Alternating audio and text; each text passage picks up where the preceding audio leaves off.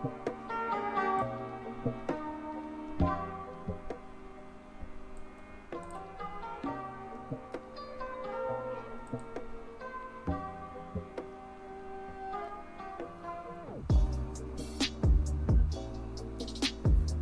Blue.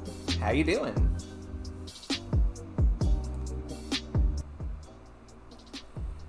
Is the sound balance good? Can you hear my voice well with the music?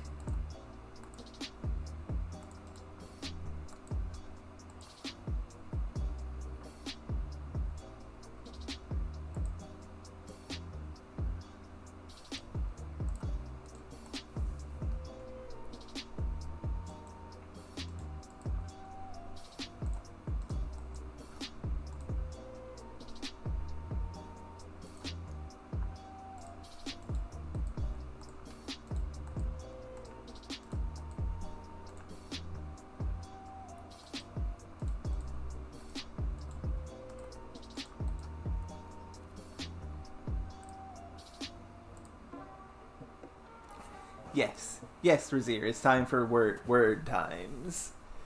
Just making sure everything is good. We're setting up a bit. Miriam's getting a sandwich. She's not here yet. It's fine. Girl gotta eat. It's important. I hope everyone's doing well today.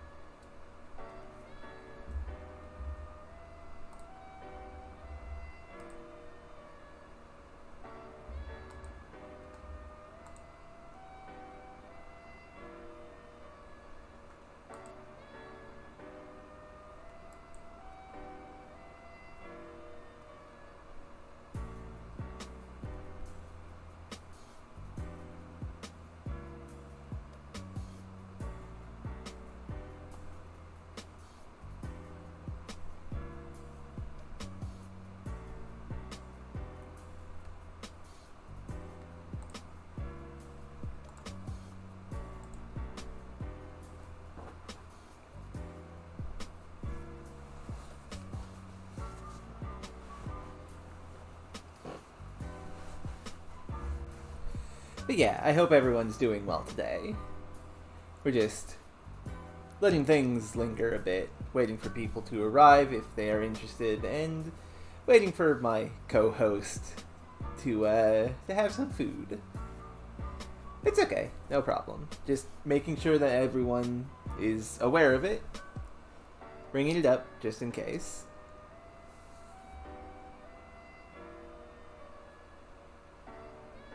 Actually, Soraya, since I see that you're here, we'll switch over to the game.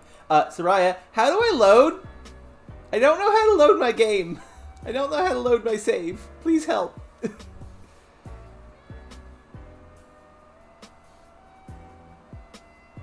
Good for you, Razir. I hope they were good chicken tenders. But yeah, I don't actually know how to load my game. It never occurred to me that it would be difficult at all. Help.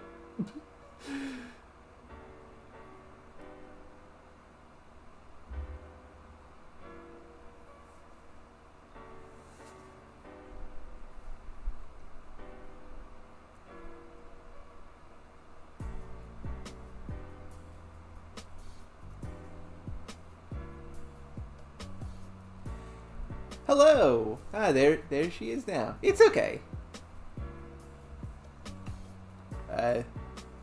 Oop. But right, because Discord is Hello. Yes, hello. Because Discord is muted. I can hear myself on your end. Oh. Hello. Yes, hello. Because Discord was muted, I couldn't hear the call coming. Oops. Sorry. Here now. It's okay. It's okay. What have I missed? I don't know how to load the game.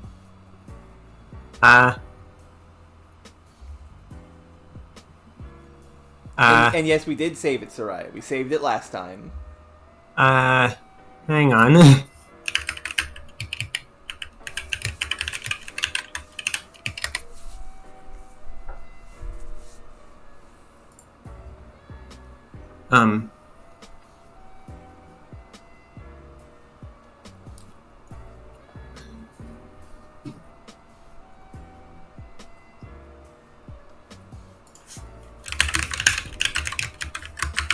Maybe if I write load game instead of just load. Maybe? Nope, that doesn't work. Is there like a file menu thing, like on the top of the actual window? No. There's scroll back. There is the Gluxel tab up here. Yeah, let's try it. Help.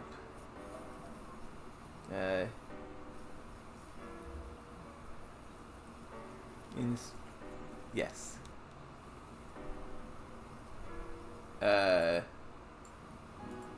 Nothing? None of this is how to save how to load game. Oh no. That's Commands specific to this game, maybe? what to do with. Okay.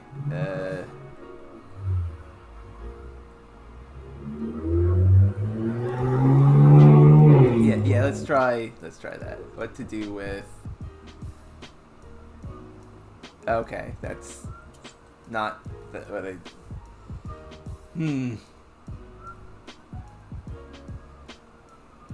Control the restore. Okay, restore. Restore is how you load game. Okay. Restore.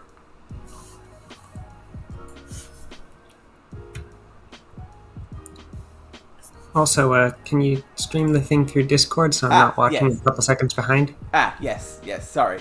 We are a little unorganized today because I did not know how to load the game. Oopsies. Yes, it is restore to load.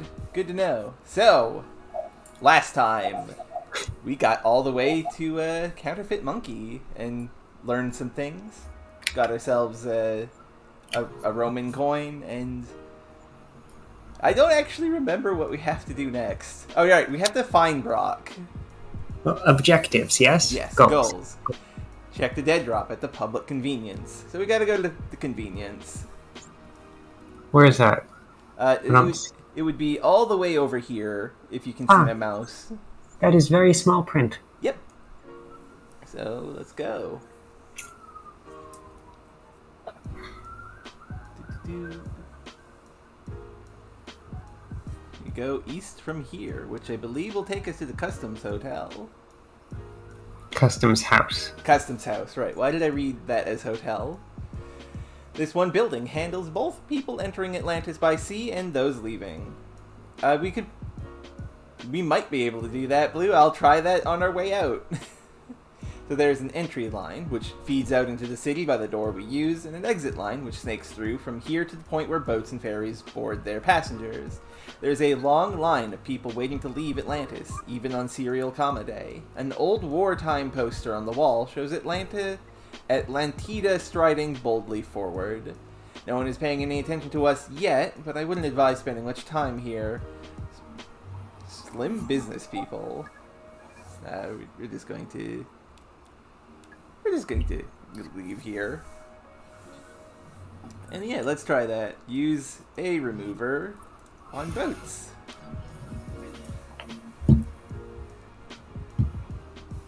We reset the device to A. Creating an army of tiny robots out of the boats would be inspiring for a very brief period until they sank into the waves and short-circuited. The letter remover isn't strong enough anyway. So, not quite. They thought of that. Not quite. But a thought. A thought? Yes, use S remover on boats. It doesn't have enough power. Okay. Depluralizing all the boats would be a fascinating reenactment of historical events, except that the boats are full of harmless tourists, and letter remover doesn't have nearly the power required to achieve the goal. Right, we don't want to kill the tourists. Yeah, let's try oats, though. That would be fun. Use B remover on boats. Turning all the harbor water to cold oatmeal would be an exploit to rival the Boston Tea Party. But the letter remover is not powerful enough to accomplish it.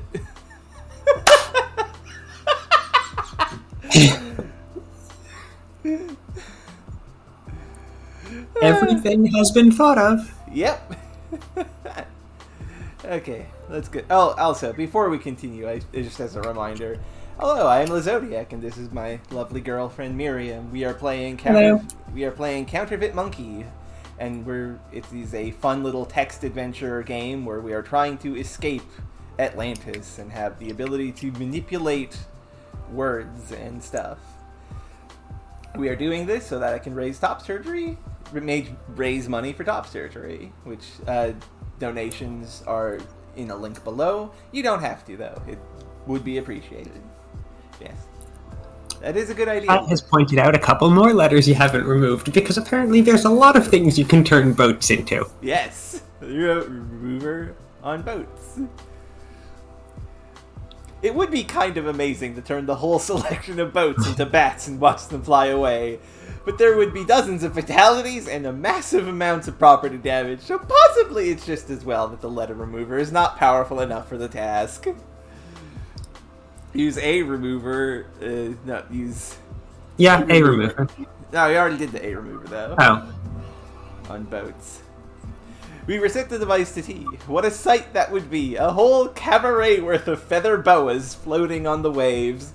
On the other hand, it would also be very dangerous to any people in the boats at the time. So probably just as well that the letter remover lacks the power. I wonder why it only did the... It had a special response for all of these, but for boat specifically, it also did the standard response. That is a good question. I wonder why. And Ender, I have many names. Miriam. And yes, it's Miriam. But yes. South.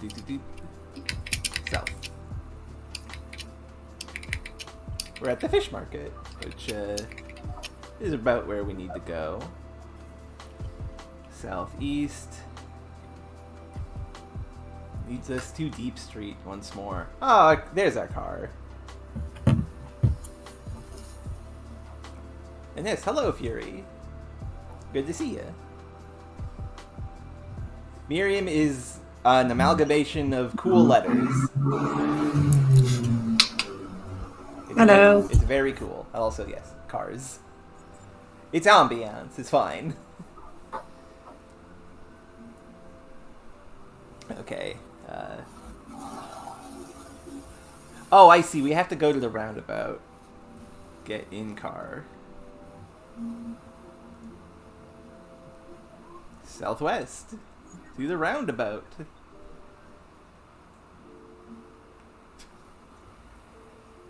do undead party. Well, it is Halloween month.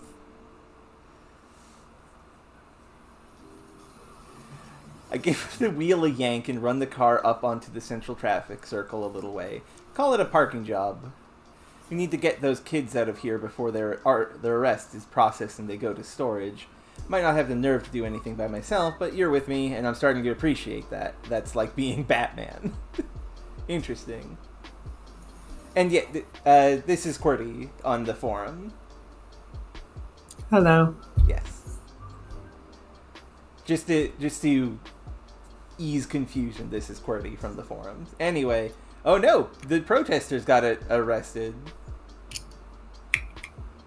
That's not good.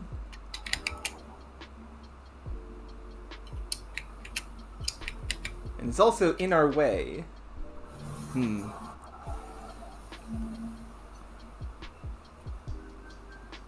Well, I can think of a couple ways to help this.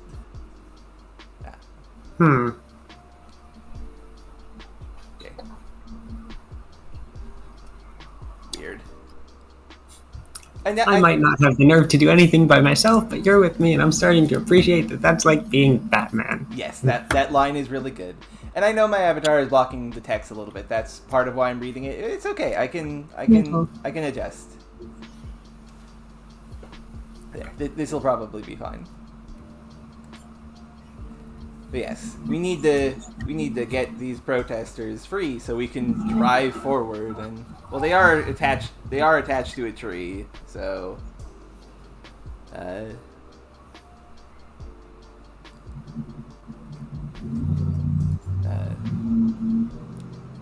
the obvious answer would be to wave the R remover at a tree to make it a T, and that would probably free them.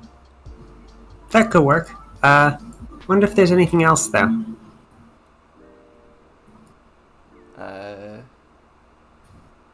I'm not sure, actually.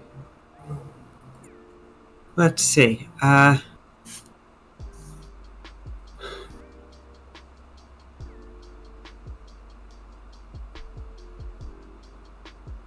So, let's see. It's teenagers cuffed to a tree.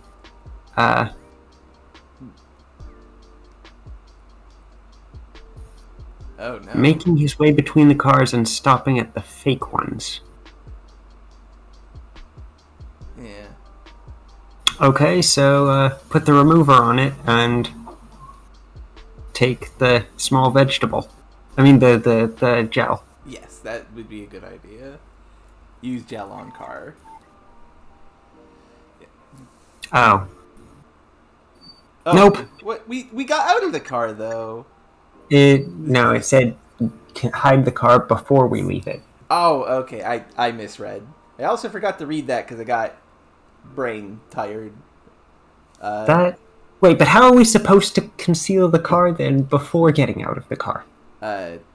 Good question. If trying to gel the car while in it. Mm-hmm. Or undo. Yes. I misread what it's doing. Okay. You could probably say no and just game over. Right there. Yeah, we got... Oh! Thank you for the tip, Soraya, though I wouldn't have thought to do that. That's a good idea. Use... Origin paste. Yeah, or just paste. Origin paste on car. We stereotypically smear some of the origin paste onto the car. Nothing obvious. So now happens. It just looks like a really bad car. Yeah, just a bad car. It's like one of those British cars that always show up in Top Gear that everyone makes fun of. Anyway, our car is now perfectly fine, so get out of car. Get out of the car. A giant Atlantida statue stands at the center, decorated in an unorthodox fashion with a sign and a stuffed octopus. Huh. Atlantida is to us a bit as Uncle Sam might be to you, except that she embodies the spirit of the people rather than the government. In recent years, she's become a symbol of opposition to the Bureau. Two teenagers are cuffed to a brown tree, apparently for safekeeping, while the all-purpose officer undoes their vandalism. He has a diminutive affixer. Go ahead, put us in cold storage. Shouts the I'm defiant happy to teenager. sleep through. I'm happy to sleep through all this shit and wake up when we have jetpacks and a government that respects the rights of its people. Is that a Demolition Man reference? The all-purpose officer shifts the restoration gel rifle, Jesus, from one hand to another, looks around, and then props it against the foot of the statue. I'm trying to remember. Was there a mention of cold storage before? There was not. Or, like... Was there something specific the protesters were protesting? We never actually interacted with the protesters at all. Yeah, but I feel like it would have been mentioned. Yeah, I don't think it was. I don't remember it being mentioned anyway. Anyway, look officer. He is uniformed and has a look of serious determination. Look rifle.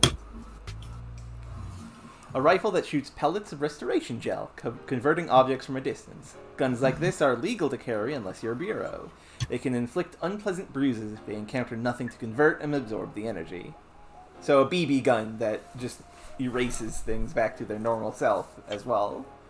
He's also got a...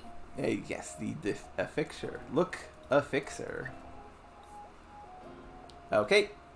Look diminutive affixer. Diminutive affixer, yes. A piece of specialized equipment resembling a copper-plated staple gun. It shoots ets and lings and the odd mini into words capable of receiving such endings. Typos. Interesting. It's got apostrophes where it should be double quotes. Yes, that is. There. Yep, that's a mistake there. Oops. But also, it looks like a staple gun. What the heck? Well, because it staples them onto things. Look, statue. Look sign. I want to look at the octopus, but we got to look at the sign first. The spirit of Atlantis. It reads: the spirit of Atlantis is the spirit of referendum. No more non-referable procedures on international relations, on economic policy, on human rights. Interesting. Look octopus. Slightly wrong, actually, but I suppose it didn't have a stuffed squid handy. Of the four symbols associated with Atlantis, the squid, representing invention and individuality, is the one that has greatest resonance for protesters. This one has been tied to Atlantida's hand alongside the olive branch she traditionally carries. Neat. Okay, so with what we've got, we cannot do anything to the octopus, I am fairly confident. I'm confident in that as well. The diminutive affixer could turn the statue into a statuette. True. Which would still be a giant statuette, so I'm not sure how that balances out, but... I mean, that's a good question, actually. Would it infer that a statuette is smaller by definition? Well, yes, right? Because that's... Mm-hmm. But, I mean, it's still a giant one. Yeah. So how big does that end up being? That is a good question. Let's look tree. Right, sign could be sin, but I don't see that helping. Yeah. It's a tree of indeterminate species. I'm pretty sure it wasn't here yesterday, though the leaves are dusty and brown. Wasn't here yesterday. Also, yes, thank you, Soraya. I'm pretty sure we have our monocle off. Look self. Yep, no monocle on. No monocle, but also there is a police officer right there. We probably shouldn't take the monocle out. Agreed. I'm just also like, don't but worry. But the tree is definitely suspicious. Right,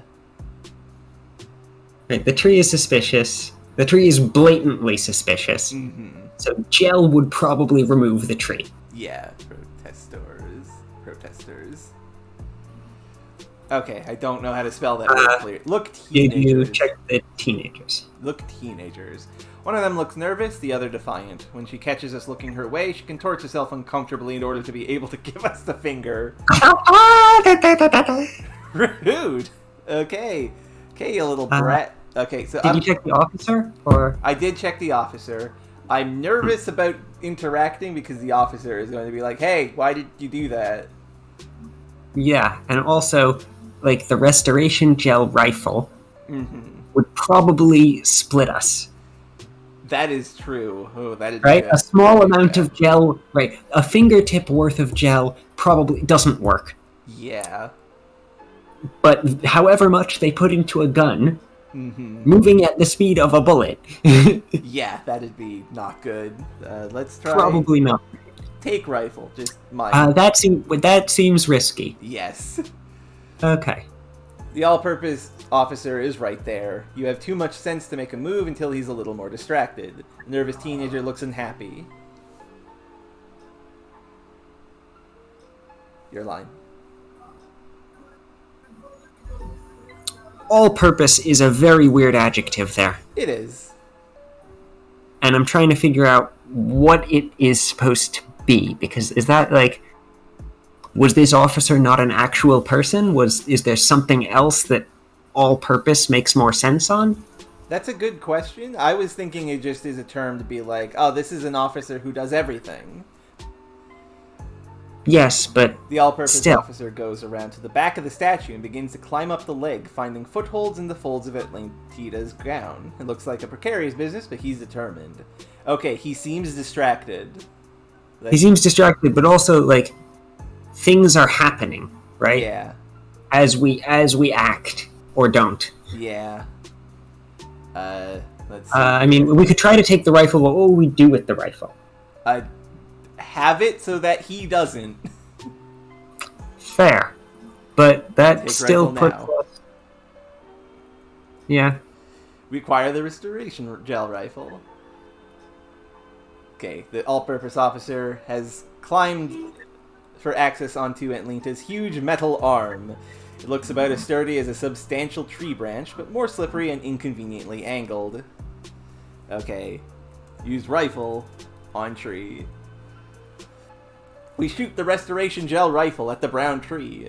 With an audible splort, the brown tree becomes a brown tea. Interesting.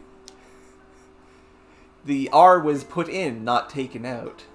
It's a brown wooden peg for putting a golf ball on. Apparently the all-purpose officer performed a little light R insertion when he found himself in need of a portable tree.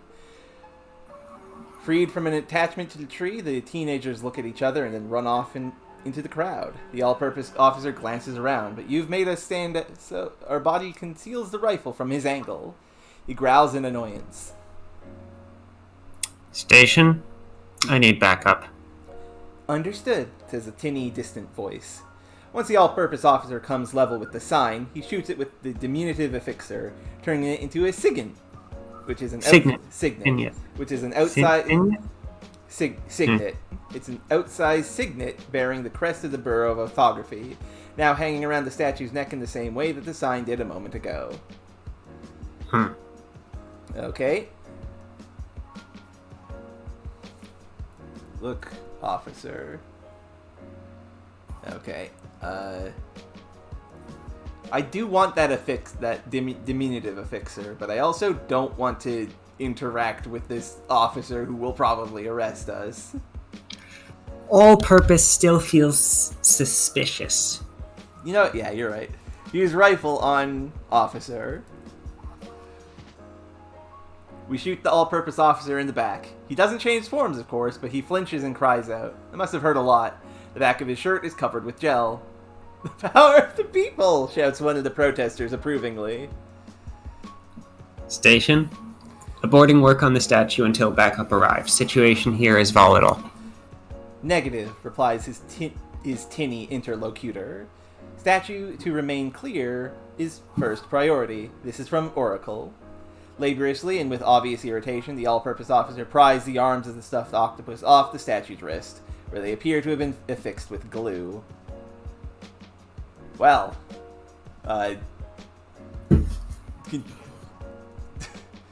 We shoot again. Some bruises tonight. This is mean. The protesters are cheering and stamping their feet. And we probably don't. We'll have some bruises tonight. He'll have some bruises tonight. The protesters are cheering and stamping their feet. People in the cars are honking. The all-purpose officer tries to crane his head around and see who exactly is making all the trouble, but he quickly realizes he can't do that and hold on to the same time. This is fun. I'm actually doing something for once. Shoot the signet. Ah, yes. That we just affixed. Shoot the signet. We shoot the restoration gel rifle at the signet with an audible splort. The signet becomes a sign. I'm not sure how to pronounce that, but I'm pretty sure it's French. Gourmet. Which is not supposed to be here. Gourmet, swears the all-purpose officer, daringly. Did not copy. Say again? Asked the tinny invisible radio. Did Oracle happen to say why the statue is top priority? Asked the officer. That's a negative, responds the radio. Poor bastard. You've got good aim. Like one of those western sheriffs who can shoot the gun out of his enemy's hand. Ah, there we go! Forced to repeat himself, the all-purpose officer jams a diminutive affixure into the sign a little harder than strictly necessary, with predictable results. It's an outsized signet again, but there's no bureau crest. This time it carries the symbol of the University of Atlantis.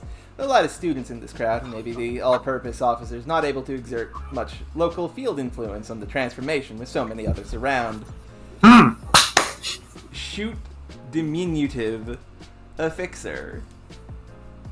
You take exact aim and fire. The diminutive affixer doesn't change into anything, but thanks to the impact, the officer misfires it into a leaf from the Atlantida's olive branch. A single leaflet flutters to the ground.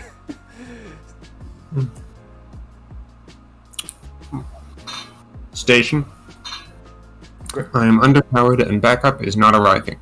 We need 3 vans and a DP tank. His face is shiny with sweat. The all-purpose officer gets off the giant Atlantida statue. Take diminutive affixer. I think we got a problem. Oh no, he still has it on. Rude. He's still holding it. He was supposed to drop it, damn it. The crowd is parting. We might be able to leave soon. The all-purpose officer, no longer distracted by the pressing business of tidying up the Atlantis statue, notices us with the rifle. Oh no. He has no qualms about hitting us with the diminutive affixer. Turns out that Alexandrette is a Goldilocks poppet with a minimal capacity for self-defense and no gun skills whatever. We're ignominiously carried back to the bureau in our subsequent trials of humiliation in a Philly brink dress. Well, that's not good. That would have happened if we had done something so foolish. There's another problem here. Yes?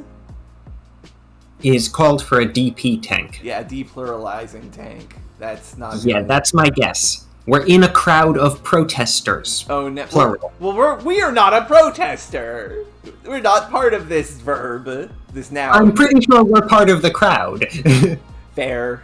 And even if we're not part of the crowd, that's a lot of non-people. Get in card. No one seems to be much the wiser about what just happened. I have to say, you know what you're doing. We just arrival out the window. It's too large to fit in the car. Jesus, that's a small car. Traffic's starting to move again. We better get on to the dead drop. We are jammed into the car with our knees almost at our chin, looking out through the bulbous little windshield. The motor is growling like a house cat with pneumonia. The traffic flows in a tight circle around a statue, which we know all too well. You know, that's a good point. We could have got the leaflet, but better safe than sorry. Better to be gone from there before the Yeah, let's get out of here. By roundabout, to the east we go. The car is making an unpleasant raspy growl. And that is a good point. We know that affixers are a thing. Yeah. But also, like,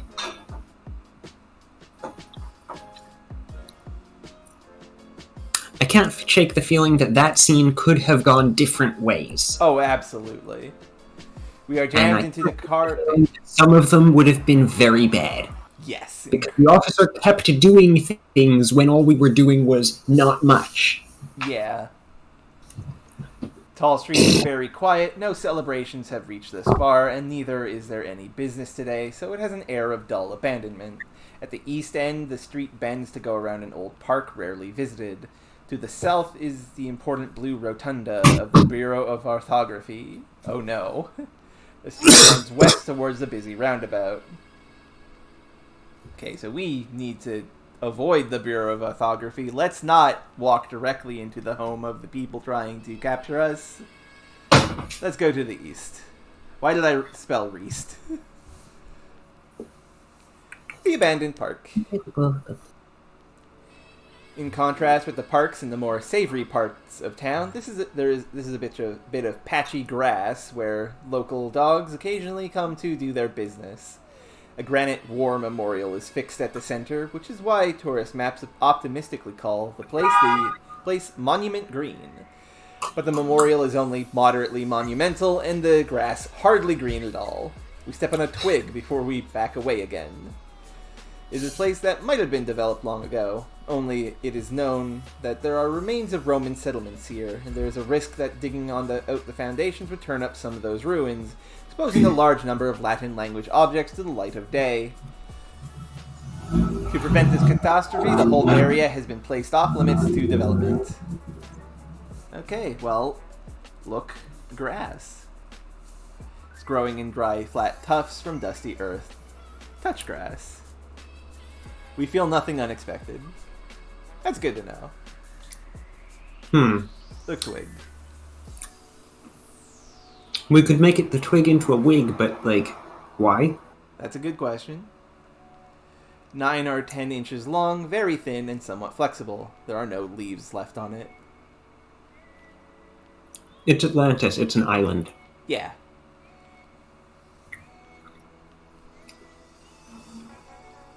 Yeah, that's a good idea, Blue.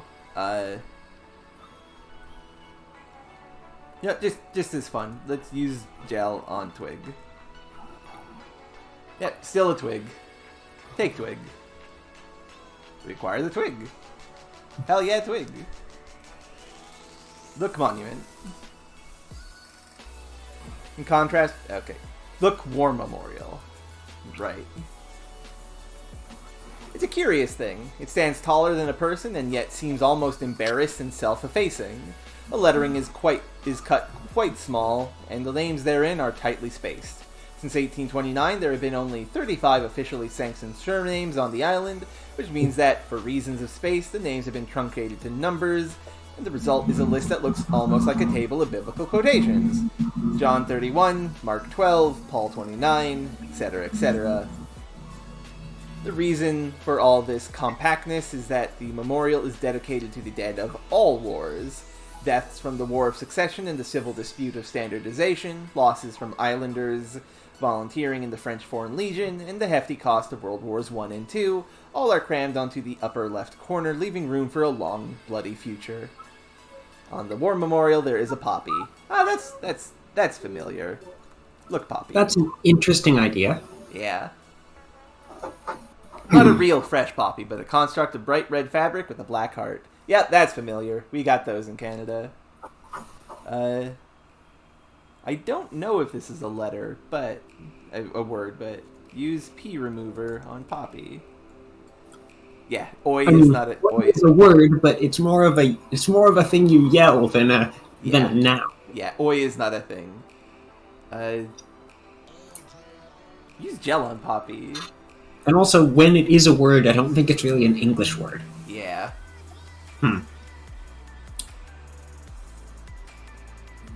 Do we take out the, Yeah, Well, yes, Rizier. Yes, this is very much Orwellian. Yeah, Atlantis is not a very nice place. There's a reason we want to leave. Take out monocle. Wear monocle. Put on monocle. Wear maybe. monocle. Okay. Close backpack, probably, just to be safe. Close backpack. Just in Because it's going to have opened the backpack. Yeah. Look, Poppy. Wait, no, we already used a gel on it. Look, no, this look, Look. I forget what. Monument? Well, not monument, because that's the area. A memorial. Memorial, that's it. Yep, it's a war memorial. It is, in fact, actually a war memorial. Yeah.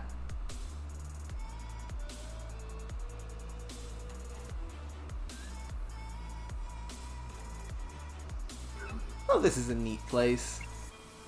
There's going to be something here. Look, grass. But all I can think of is if we can if we can replace vowels, we could make a puppy. That is true.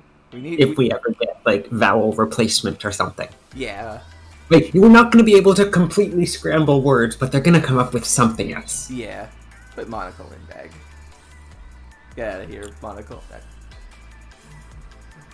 Take monocle. Doff monocle.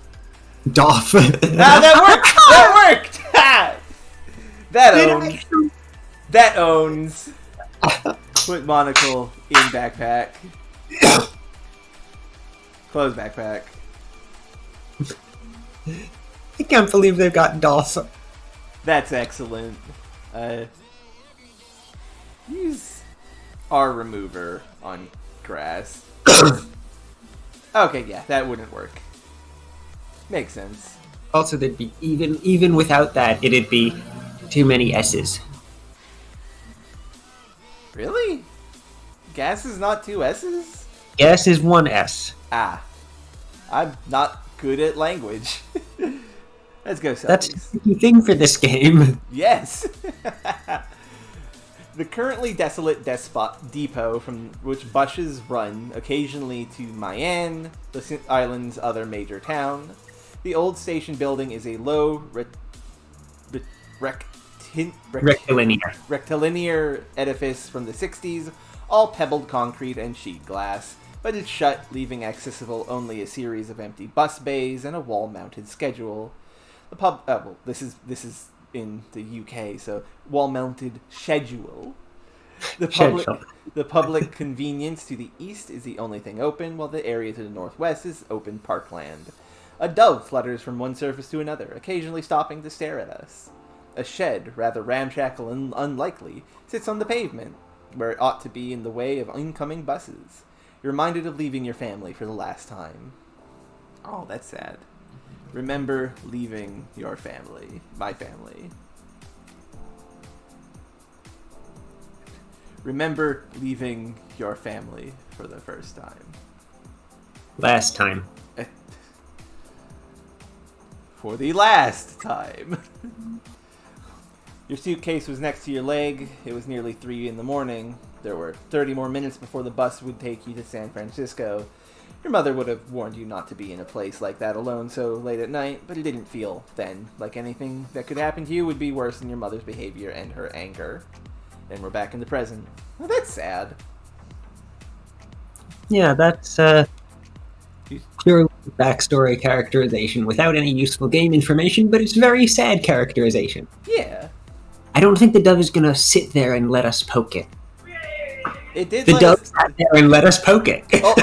Well, it's clearly interested in humans because it's looking at us, but no, it's not a thing. Look, dove. It is pure white, probably a refugee from a group released at a wedding. People do occasionally get married on Serial Comma Day. Makes sense. Dramatic release of a flock of doves that then go every which way and... Well, I guess now there's a bunch of doves around. Yep. Oops. Yeah. I was thinking just that, Razir. Use V remover on dove. That seems cruel. Also, we can't make living things. Right, yeah, I can't do that. And yeah, we take away its ability to fly. I would have reverted it. And also, like, a dove can survive in a city. A doe cannot. Cannot. No, I mean, there is a park. True. On the other side of town, several busy streets away. Mm-hmm. Yeah. Anyway, look, Shack. Okay. Shed. Shed, right. Actually, look schedule, because I'm curious. The schedule is an intricate affair, and the deciphering of the various letter codes and footnotes was actually a subject of study in my grade school. The buses run every 62 minutes during daylight in the winter, every 43 minutes in the summer, with every third bus running as an express without stops if the passengers of this bus do not vote otherwise. During the run of the school year, this is an extra inbound bus in the morning and outward in the afternoon. Contrary-wise, the bus is on half-schedule Sundays and holidays, except major patriotic holidays when there is no bus at all, like today. And did you mean to write that somewhere else? Or Yeah. That's not supposed to be in chat, Enderlord. Why is this here?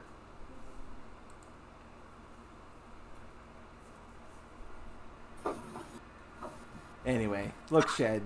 It's okay. Look, Shed. Sheds like this are typically cheap and very, very temporary housing for the homeless. Policy of the Bureau is that no one is allowed to beg, and punishments for begging and homelessness are often quite stiff. Yes, I will do that. Give me just a second. How do I turn editor mode on? I don't.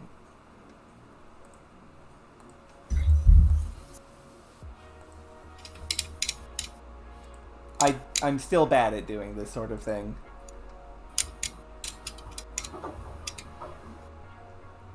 It says show moderation actions, but I see no moderation act. Do I have to turn my own self into a mod to make that work? That's weird. Anyway, whatever. Okay, don't do that. There's a form you can go post in. Go do that. Don't post here. Give me just a second.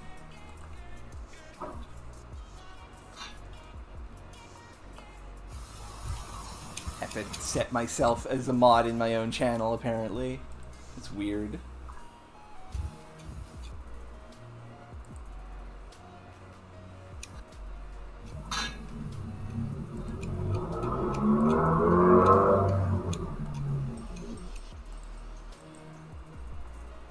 Sorry for the interruption, everyone.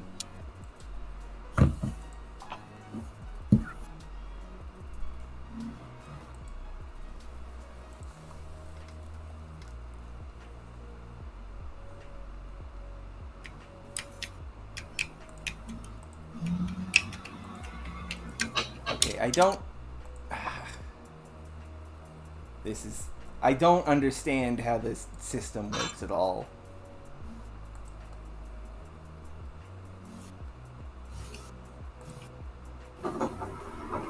But whatever. Anyway, I'll look into it later. Anyway, continuing. Shed. Atlantis, very bad to homeless people. Yep. I don't really think there's anything we can do with the shed. I don't want to, ruin a person's house. Let's just go east. There are just the 2 toilet stalls and a couple of sinks. But the place has been kept up reasonably well, if one doesn't count the graffiti. A soap dispenser hangs beside the mirror. What is a public convenience, by the way? Well, in this case, I would guess it's a bathroom. Yeah. About knee height. Also, something around here was turned into something else. Yes. I was just getting to that. About knee height. In one of the stalls is a hole that runs right through the wall between the men's and women's fucking goddamn it, Christ, Jesus, fuck. Anyway, wear monocle. Well, no, but that's what the lavender is. That's what the paste is. We won't be able to tell. Right, yeah. Put gel on graffiti. Doff monocle. Put monocle in bag. Backpack. Okay, yes. So, use gel on. I would guess it's the graffiti because that's the only thing that wouldn't be here anyway. Mm-hmm. We glance over the range of messages from past occupants and notice there was a young lady from France who was wearing a plain pair of pants till a linguistical gent with indecent intent left a girl crawling with ants. Ah, that's rude. Use gel on graffiti. Nothing happens. Okay. Look around. I wonder if there's more than one graffiti that we could see if we look at that. You know what? Yeah, let's try that. We glance on the range of messages from past occupants and notice some wag has drawn an arrow pointing to the toilet and beside it, pee remover. That's a joke. Okay, just those two. Just the two. Okay. Look in general. Look, soap dispenser. Kind where a squeeze will dispense new soap into the sink. Makes sense. Use gel on soap dispenser. Nope, just... Look in the hole. Maybe there is something in the hole. That is my guess. Look also, like, bleh. It's gleaming and shiny and very clean, and I don't want to look in it. Mood. Yep. Look hole. Ash, I see. Well... Take ash, use gel on ash. Use gel on ash. We just touch a coated fingertip of gel to the ash. With an audible splort, the ash becomes some trash. Most of it's junk. Sweet wrappers, tissues, bus tickets, but there's also, suggestively, an appointment card for Arbart Maps and Antiques. Nice. Ha! That's interesting. Clever. So he hid the appointment card by making it part of the trash. Yeah, that's really clever. That expands what we could do. Yeah. In that quite a lot of things could theoretically be trash. Yeah. Take card. Look card. It's a card from Arbut Maps and Antiques. Fine goods by appointment only. The time scribbled at the bottom is 9 a.m. this morning. Looks like Rock's handwriting. There's also a tiny heart drawn in the corner. Oof. Today's a really bad day for Andra, I think. Take card. Okay. It's not a great day for either of us. Well, yeah. Okay, well, west. Northwest. West. Okay, so... where is this place? Ah, there it is. I see it on the map. On Long Street. Ah, yes, the fancy one. Yes, roundabout. Go to roundabout. No, just roundabout, right. Go to roundabout.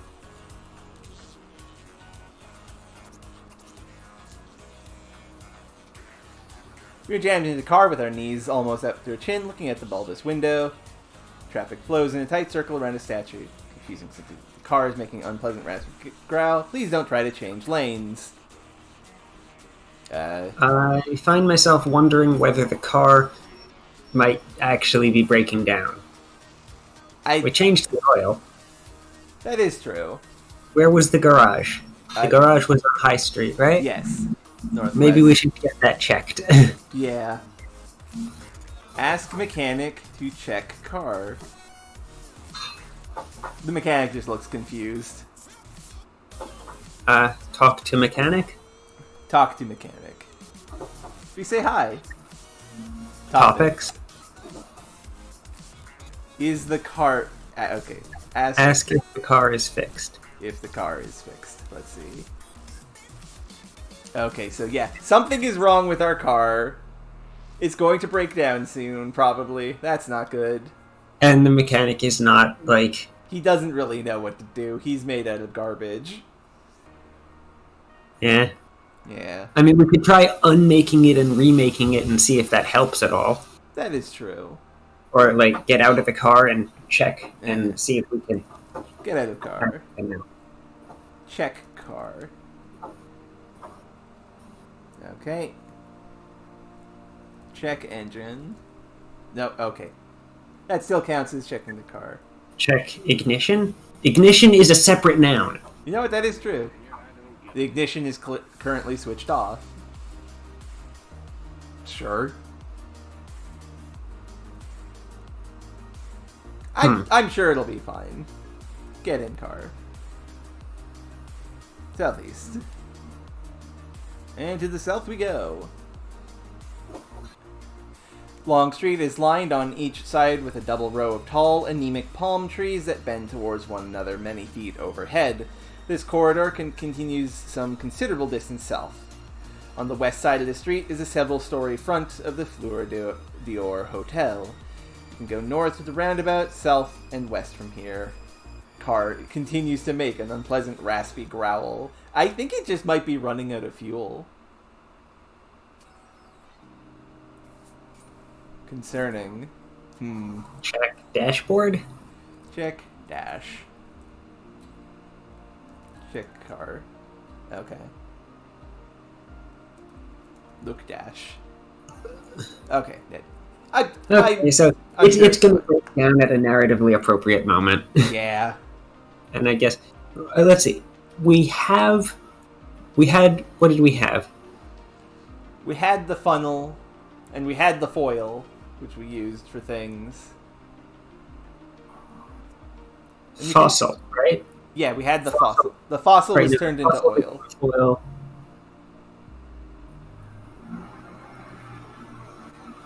Right, so we had two objects that might theoretically be useful. Yeah. And we need one of them to fuel the car. So I guess in theory, if the problem is that it runs out of gas, we can turn another thing into gas. Yeah. Long Street is lined up. Okay, the same description for the south. Someone has left a shopping bag at the roadside, maybe by accident when loading up a car, maybe because they mean to come back for it. In the shopping bag are a ball and a jigsaw. Interesting. Take shopping bag. Mine now. I spelt that wrong. But it counted take shopping. We take the shopping bag. The logo on the outside is from Landison's, a popular toy store on the island. Probably closed today, so this would have been bought earlier. Possibly even as a present for Celia Comma Day. Neat.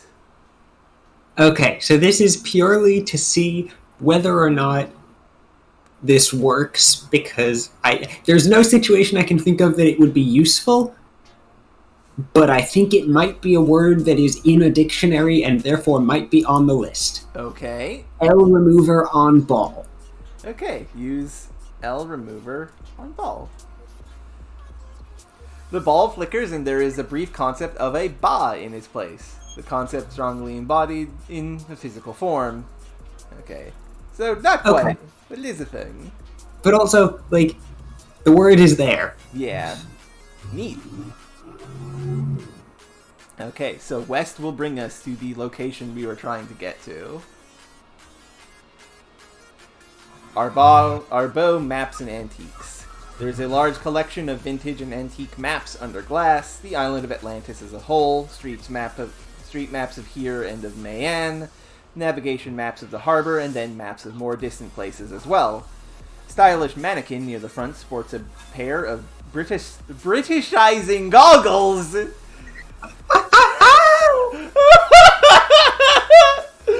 Oh my god! Okay, so we're gonna have distinctions in spelling here. Oh no! Overseeing all of this is a woman named Kate. Welcome to... Oh, you. That's you. Welcome to Arbo. Feel free to browse and ask me any questions you may have about the merchandise. I'm inclined to ask whether she has seen Brock. Let's think topics. Topics. Talk to Kate. We nod. Okay, topics with an S. Ask what types of antiques they sell.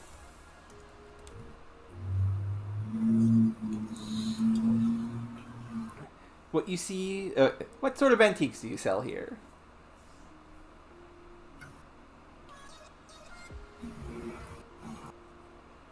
That's you. Sorry. It's okay. What you see around you on the floor is fairly representative. Maps are a specialty, but we also carry older models of linguistic tools as well as unusual or vintage Atlantean artifacts. Interesting. Ask about artifacts. We do not care about artifacts. They're just old things. Ask whether she has seen Brock. Have you seen a man, maybe this morning, about this height, dark hair, very blue eyes, kinda cocky? There's a light of recognition.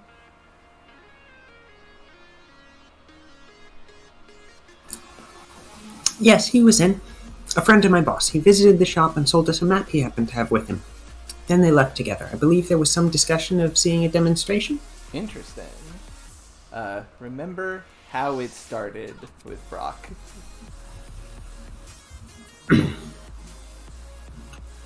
It was early morning, almost a year ago now. A dim light came through the portholes. A $4,000 mink blanket covered your hip.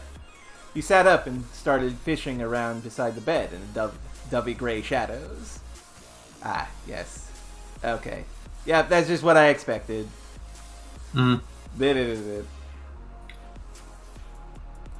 Okay. Ask about demonstration. What sort of demonstration is that? Mr. Arbut used to work for the Bureau before he retired to sell antiques. He still has lots of connections. It could be anything. Ah, I see. Ask which map was sold.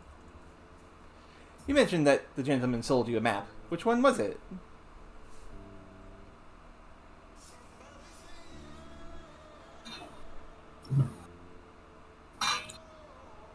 It's just here. Kate says, going over to the selection and pointing at a map purporting to depict Slangovia. An unusual piece. She glances sideways at us. Ah, she's suspicious. Look at Slango. Well, we did just show up in an antique shop only to ask about someone who was here this morning. True. It is a detailed street map pretending to correspond to some remote South African town called Slangovia. Cryptic icons dot the surface. There is a legend in the lower right-hand corner that appears to be a separate piece glued on. Interesting. Look, legend. This legend tells of Iphis and Ian. Iphis, a girl raised in disguise as a boy, falls in love with her playmate, Lanth, I guess. Ian, okay. She prays to the goddess Isis, who takes pity and transforms Iphis into a man, able to marry Ianthe after all. Bears no obvious relation to the map of Slangovia. Neat. That's probably important. By map of Slangovia. I'll take the Slangovia map, we say. It's not every day you see something like this. Very good. Too bad he didn't think to offer it to you directly, but just as well for us, I suppose. I take this to mean that Arbot is getting a big commission on the sale. Kate removes the map from its case and packs it up carefully for us. Take map. That'll be important later, probably. Put map in bag. Yes, yeah. Put map in bag. Either the map or the legend probably has something going on. Yes, also, look, goggles. I need to know about these goggles. Look, Britishizing goggles. An experimental prototype that, from the perspective of the viewer only, adds U into words ending in or and in OR and the reverses into re whenever possible. Subjects wearing the Britishizing goggles generally begin to develop implausible accents and to have better than usual success wooing American tourists. Otherwise, the goggles are not much use. Like my monocle, they don't affect the actual form of an object in any way. The surplus stock were mostly given away as rewards to supporters of public television, and the Bureau discouraged even recreational use in the 1980s as it began to make progress towards greater linguistic purity. Buy Britishizing goggles. I'm interested in these Britishizing goggles, we say.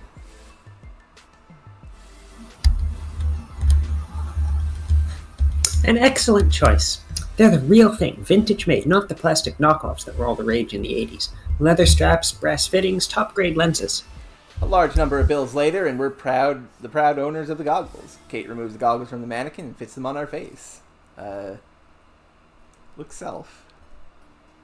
Okay. Okay, neat. I mean, we don't necessarily want them on all the time because that is a ridiculous thing to go around wearing. True. I just wanted. Side effect. But they may be useful for puzzles later. Yeah. Topics.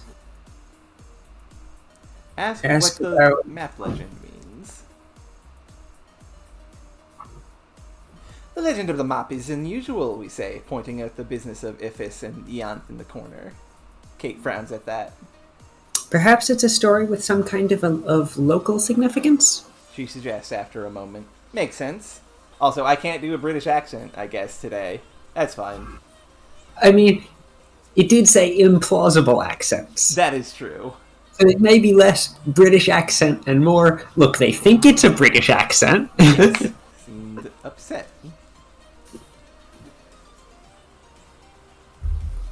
What? Interesting. Ask if Brock seemed upset? I don't know. Ask upset? Yeah, asked upset. There's a chance my friend was in trouble. Did he seem to be in a hurry or concerned about anything? Not at all. He appeared eager to speak with Mr. Arbo, and they had plans together, but he didn't seem agitated.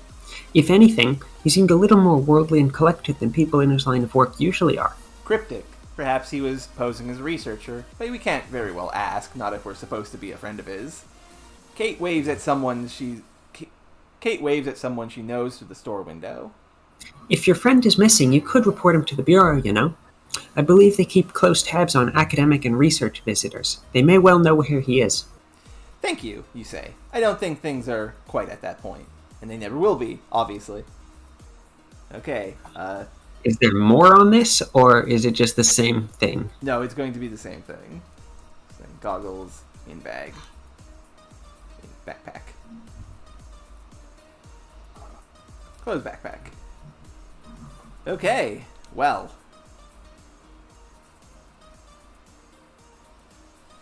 We are now in the southern part of this long corridor between the Canadian Embassy. There's a Canadian Embassy. Neat. I guess that's one of the things there in very small print. Yeah. South then. Apartment is that direction, but unless we have reason to go there, it seems least suspicious to avoid my old neighborhood. We should figure out the map enough to know where we're going. Right, yeah. That is a good point. So, the map. Yes. Look. Slang. Look map.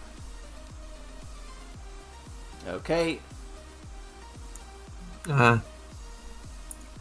monocle, maybe? Yeah. Use monocle. But it doesn't smell of lavender, so the monocle... I mean, we could smell it just to see, but... Yeah. Yep. Smell map. It smells as I would have expected. Okay, so no unexpected lavender. Good to know. Gel on legend. Nothing happens. Use gel on map. Interesting. Well, the legend is glued on, so you could just try to peel it off. Remove legend. Take off legend. Remove legend from map. Remove legend from map. Okay. Take legend? Take legend. Okay, no.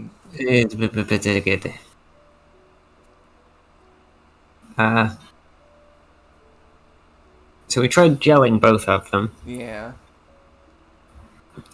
Legend. Nothing of particular use there. Legged is not a thing. Okay. I wonder if there's a space inserter and we could turn it into a foot. That is a thing. I mean, that's a terrible joke, but...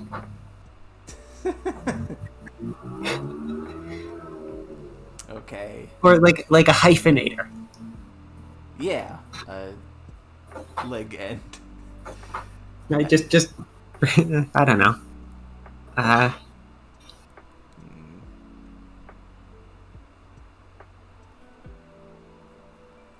Interesting.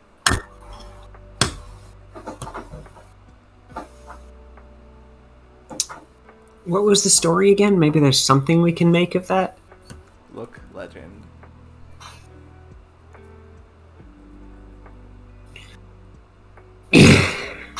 Okay.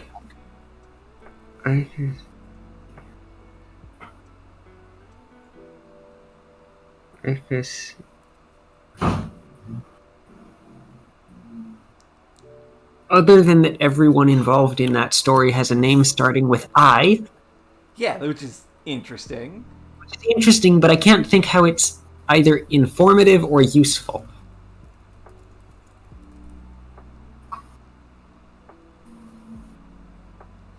Legend is carefully glued to the map. We don't want to ruin it or the map.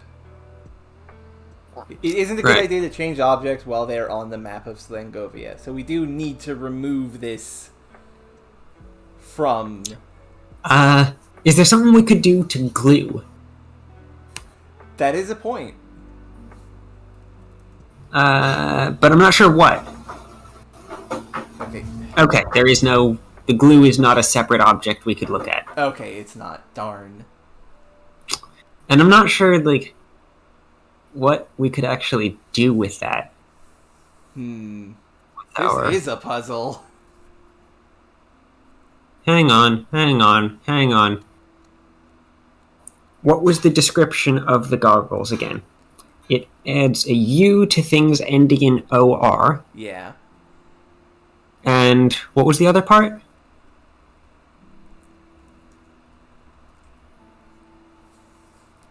And reverses ER into RE. Yeah. So is there anything like that in the map that, even though it's not strictly speaking a British variant spelling, would still be accurate on the strict explanation there? I had that thought. Look map. No, it doesn't. Nothing there. Look dots. No.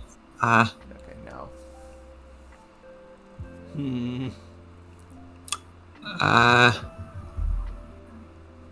I mean, we could try to go back to the monkey and see if anyone... No, wait, everyone's left. They're what? They went off to the boat? Yeah.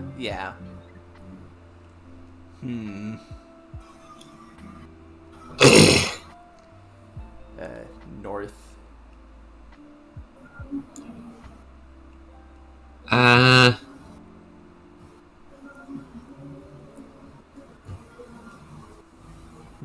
What else could we... Inventory. Was there something else potentially in the shop? I don't think so. We have a lot of random objects. Yes, we do.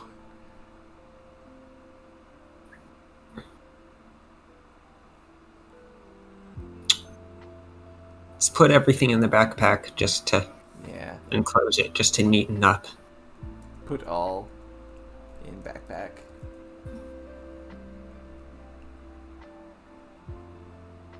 Actually, I wonder what happens if we remove the ball.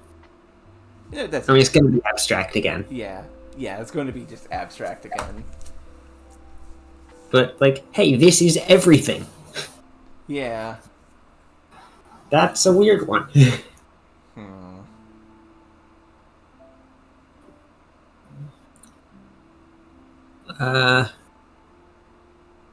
Theoretically, I mean, the only place that we can still go that we have not been is, I think, the Bureau of Orthography. Yeah, but that seems like a bad idea. Yeah, that's the... Well, we also haven't been to the Fleur d'Or. Oh, you're right. Let's go north and west. The Fleur d'Or. The Fleur d'Or is a high-end hotel that serves businessmen and luxury tourists interested in the linguistic mechanisms of the island. As a result, it has all kinds of paid exemptions, including an exemption allowing it to operate under a foreign name. The spotlights in the ceiling light and floor in the distinct pools of Bureau blue, and the sheet of frosted glass etched into with random letters separates the lobby from the drinks club to the west. There's no one at the glossy piano in the corner, though a piece has been left on the piano bench. Okay, what is a piece? Like a piece of sheet music. Ah, yes. Looks like a setting. The grammatical number of our enemy is singular. A popular music hall piece of the 1890s that still gets trotted out now and then. There are rousing choruses where the audience can join in to represent the enemy sailors just prior to their encounter with the depluralizing cannon. It's a war song. Yeah. Use E remover on piece to make a pick. There's a mad scientist cackle and the piece turns into a pick. It's a snapshot of a happy family visiting Typo Land Fun Fair, the closest thing Anglophone Atlantis has to an amusement park. Use I remover on pick. Cannot make a PC. Darn. Brand name, officially. Yeah. Look piano. Best gel it, put it back to... Yeah. Use gel on pick. There.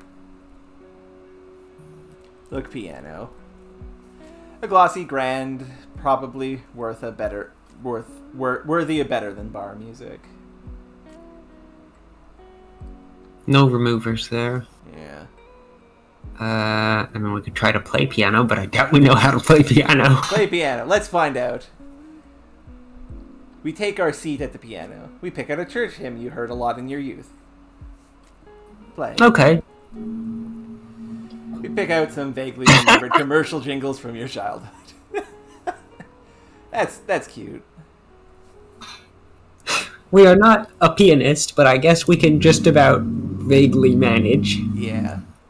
The glass is a good 3/4 of an inch thick and looks very sturdy. The etched letters glow or fade out again depending on the changing light conditions in the lobby. A notation in the corner indicates that this is a commissioned artwork by Anna Landis Rosehip entitled The Primeval Sea. And yeah, that's probably what it's like, Razier. That would be a weird one. Yeah. Well, let's go west. Further in. To the Drinks Club. The back wall is dramatically decorated with bottled liqueurs of all sorts, from gin to cachaça. There's a giant bottle of Campari, taller than your average 3-year-old, Jesus, with a red ribbon around its neck. What makes this place technically a drinks club, rather than a bar, is its license to serve leather-manufactured food and drink.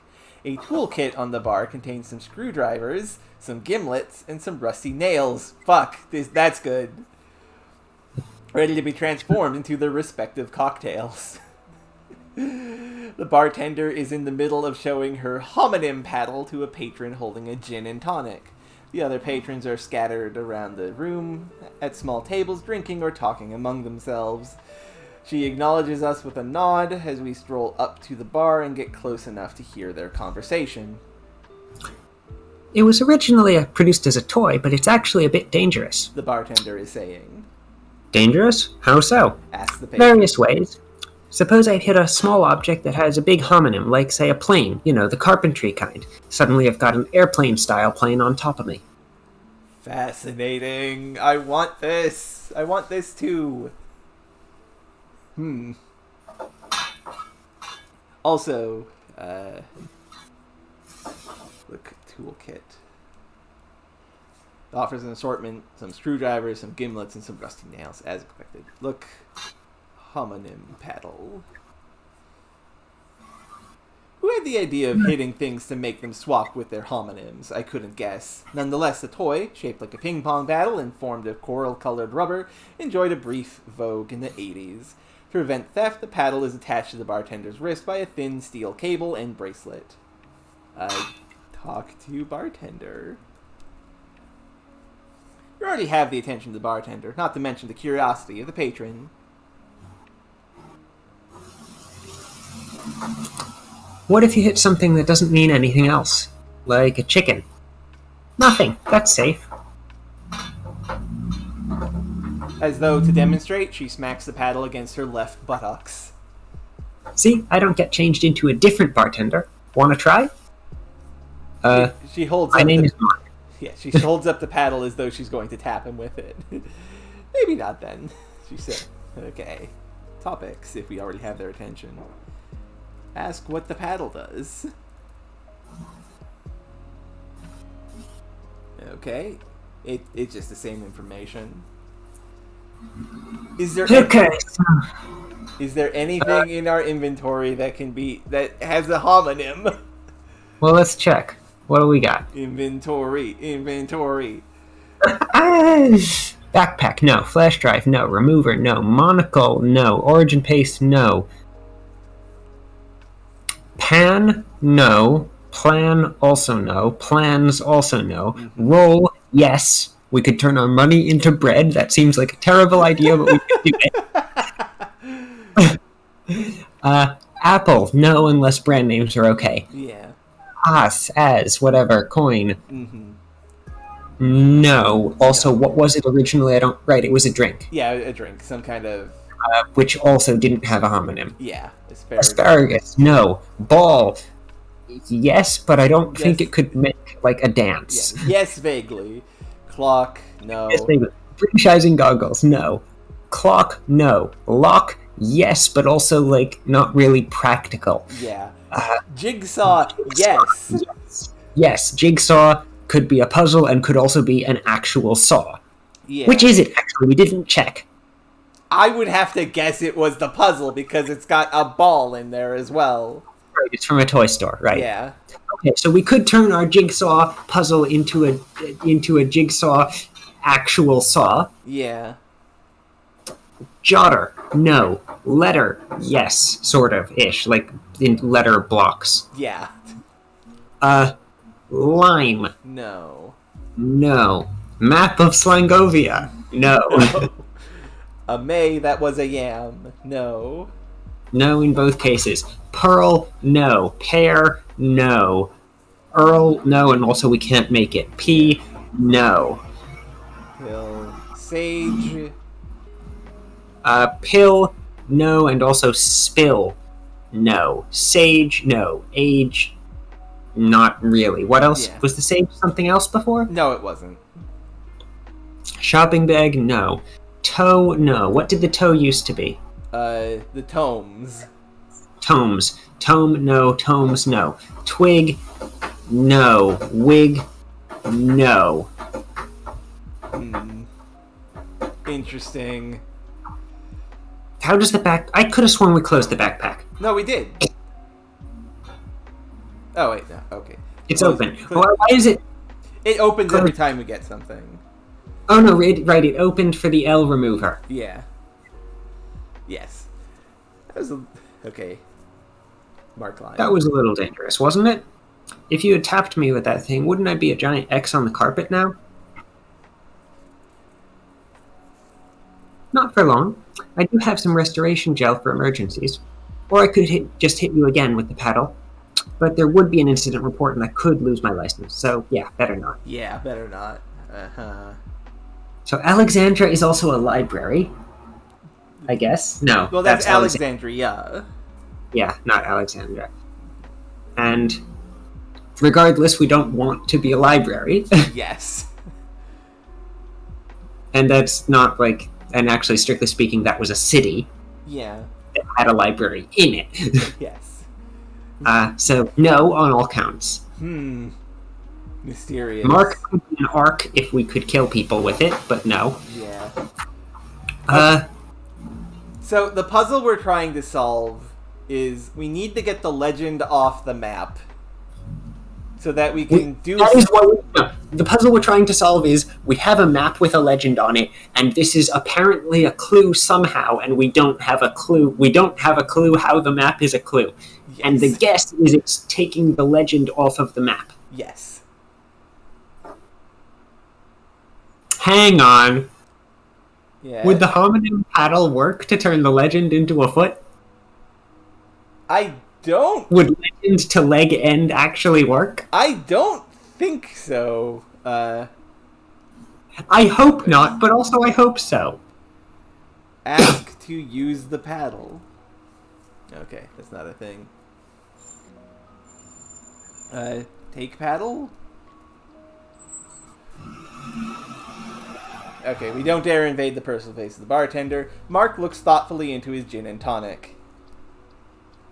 I hear that sometimes the Bureau turns people into inanimate objects as a criminal sentence. Is that true? For the first time, the bartender looks uncomfortable. Hey, you're uncomfortable. No, sorry. Hey, I just poured the drinks.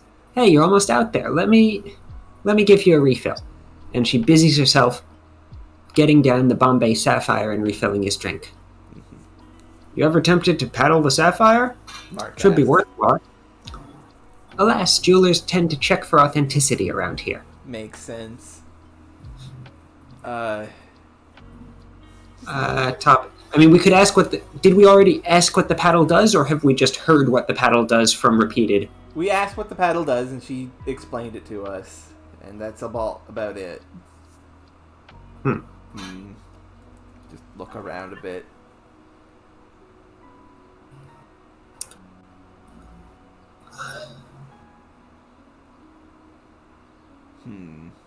Okay, so can you think of any... We have that drink. We have that weird beverage. Yeah. I don't know how that's helpful here, but it is a thing that we have. And this is a bar. Well, a drinks club. Yeah. Bartender. She has masses of curly hair, a classically straight nose, and the most peculiar eyes, a color neither hazel nor green and exotically turned up. Interesting.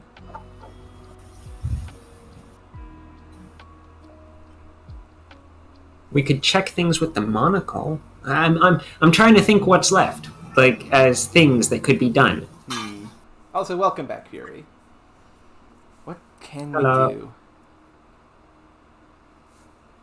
Talk to bartender. Okay. Talk to Mark. Talk to Mark, maybe. Okay, we already have their attention. Topics. Ask what the paddle does. Right, okay, yeah, so that's not Yes, okay. topics. There's still no new topics, I guess? No, there is not. It just is Blah. there to remind us that's a thing.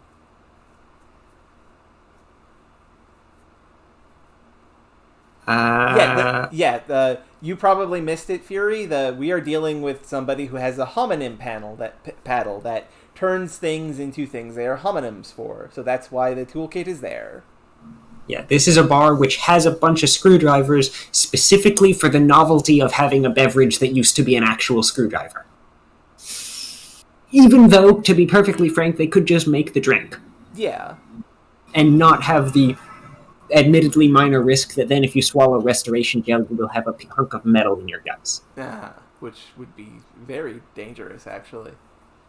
Hang on. What? So Mark, right, is a name. Yeah. And it's also like a mark on the ground. Yeah. And it's also the person who can be conned. That like is... the target of a con job. Is there a con we can pull here? I don't know. I don't know. I mean, we are literally, we are a thief and con artist. Right? That's the role that we have here. Yeah, but shit, I'm kind of at a loss here on what to do. This guy, the Mark, is Mark the Mark here.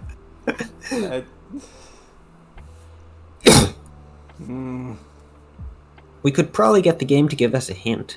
Probably, but I don't know if we're quite that stuff.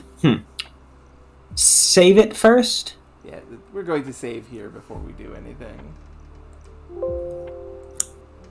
Because we still can't turn the Oz back into an...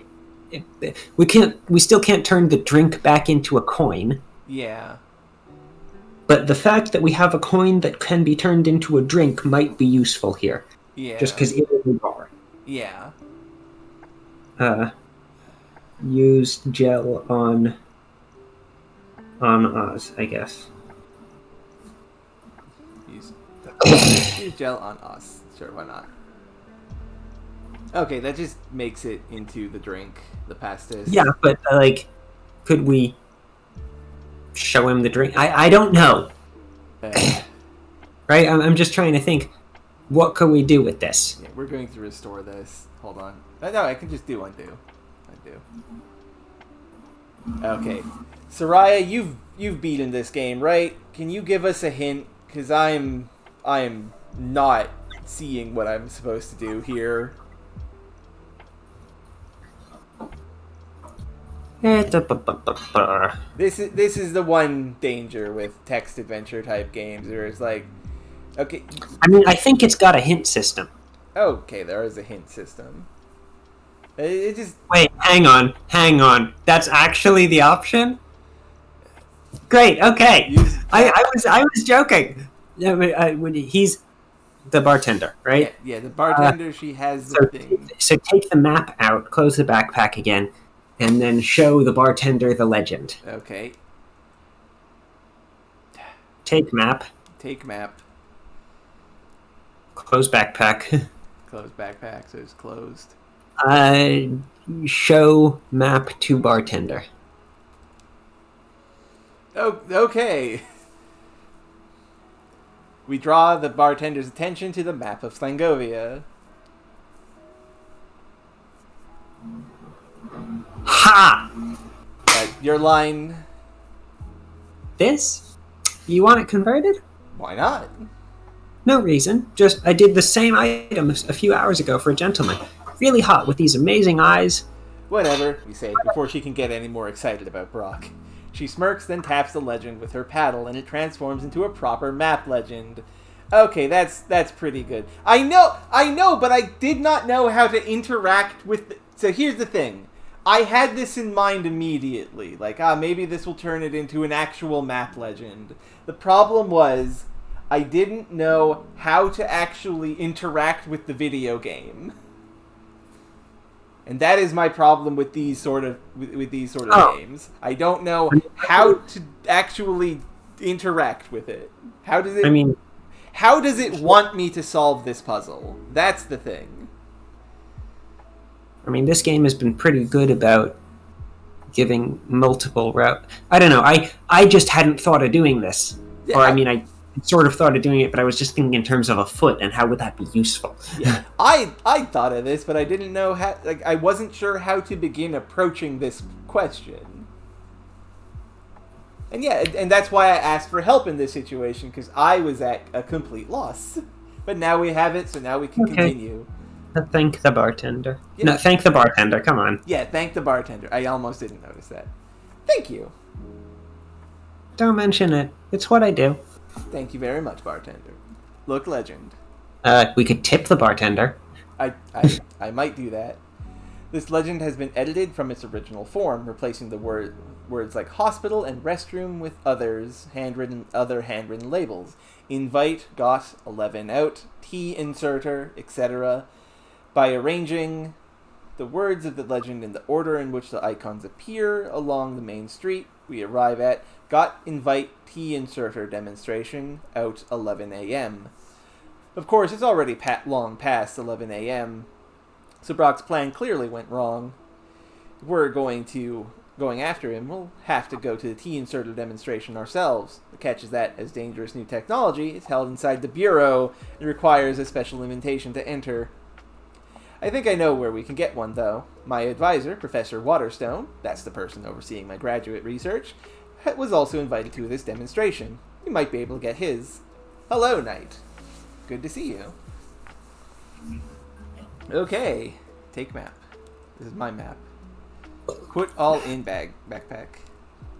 Close backpack. I hope that went well. Okay, now that we know what to do, let's go do it.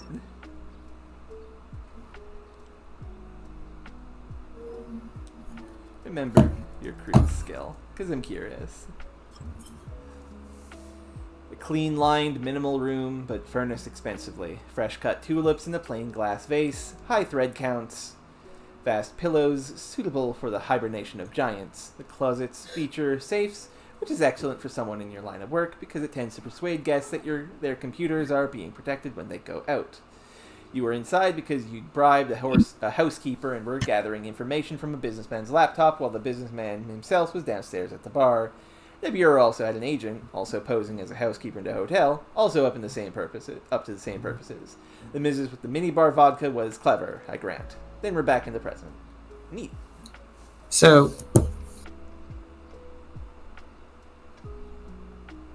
I don't actually know what any of that means. Vodka? I don't get it. I don't actually know myself. I don't think that'd work, Knight. Anyway, continuing on.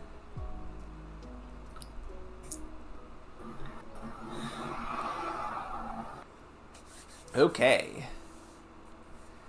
Now it is my part of town. Palm Square is the beginning of the University District. To the southeast, through the Iron Gate, is the University campus proper, and that unobtrusive little doorway directly south of us leads to the Babel Cafe. I live in the apartment complex that runs along the west side of the square. In fact, my apartment door is immediately to the southwest. Well, I want to go to the Babel Cafe. That sounds fun. Through many changes of management, this institution has fed the denizen of the university and ignored their sedition. A clerk with a white apron stands behind the long glass case. The long glass case contains pocket bread, a wrap, and the honey pastry triangle.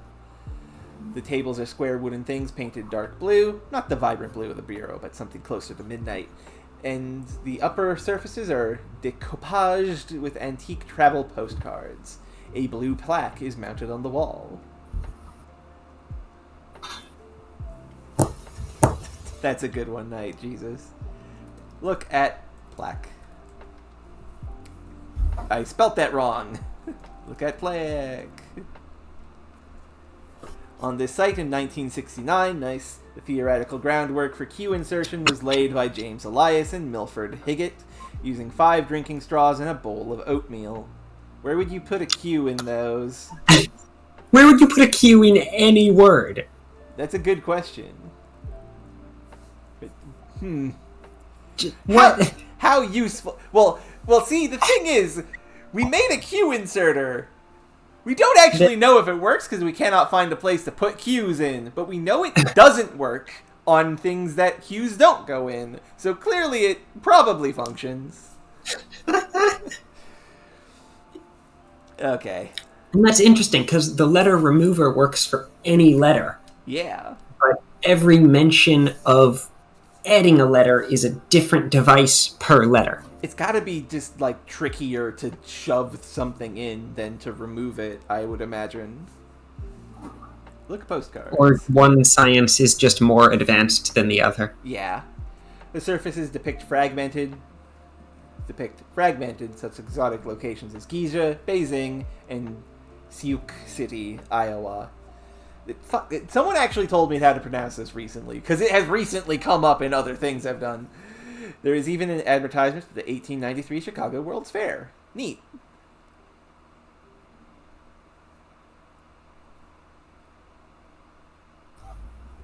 Such exotic locations as Iowa. I mean, I guess if you're from somewhere that isn't entirely valid.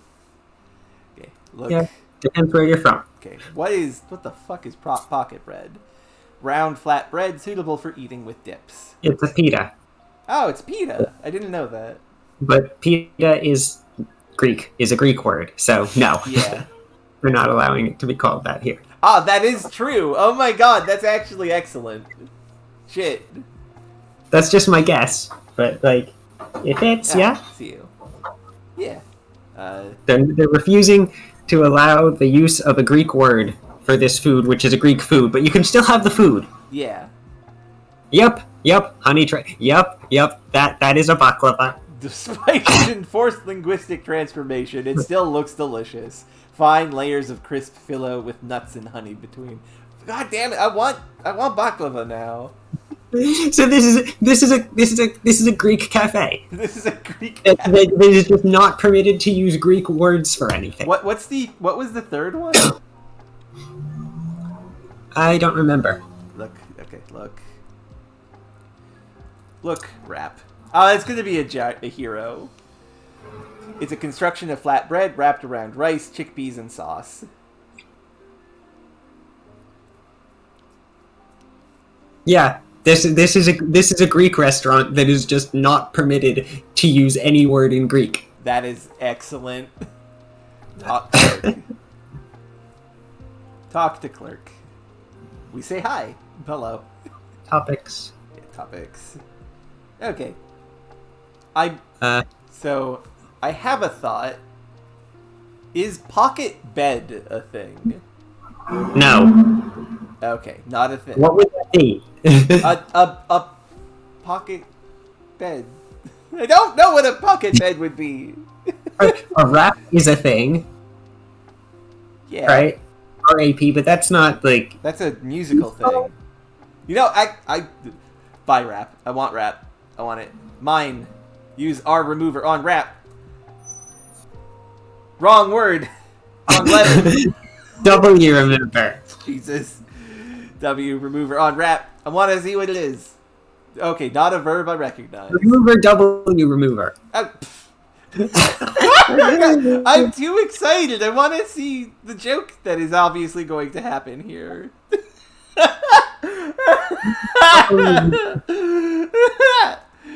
W remover unwrap. Okay, just that. I thought it might give me like a sheet of paper with the wrap on it, and then I would look at it and read it, and I would say it out loud, and everyone would die of embarrassment. Spoken word rap. Yes, eat rap. Eat rap. I really couldn't. Fair point. Okay, we're done here. There's nothing else. Maybe... If theoretically there's a way to undo this to actually get the word pita. And, oh, hang on. Yeah. So rap is a homonym, but the other thing is a verb. True, yeah. But hero, G-Y-R-O, is a homonym as well. Oh, okay. Yes, And the other two are just increasingly blatant things.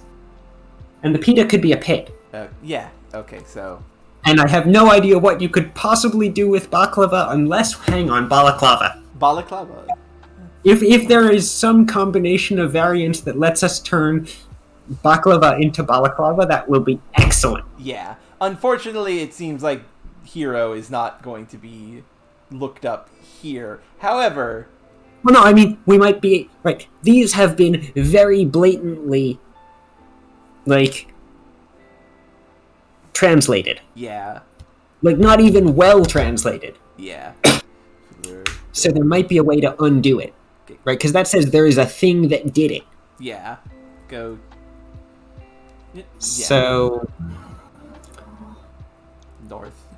But I guess if we find such a thing, we could buy these now. It's not like we have a weight limit. That is... Okay, that's true. Just buy honey triangle. Give. It is a nice day for a picnic, and I enjoy honey triangles. Buy... No, hang on. Buy pita. Pita. No pita. Buy pocket bread. This about cleared us out. Yeah. I wonder if there's a topic. Now there's no... Yeah. Yeah. Okay. North... Wait, no. Topics. No valid conversation topics. Okay, north.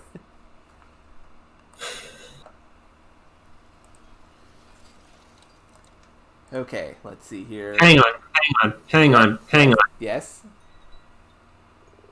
None of these smell of lavender. And they've clearly been changed in some way. What's the monocle do if we look at something that has been translated without actually being, like... Right, wear monocle. Okay, wear monocle. Look at rap. Look at rap. Okay, it just is a rap. Look at honey triangle. That's the most blatant Look one. at honey triangle.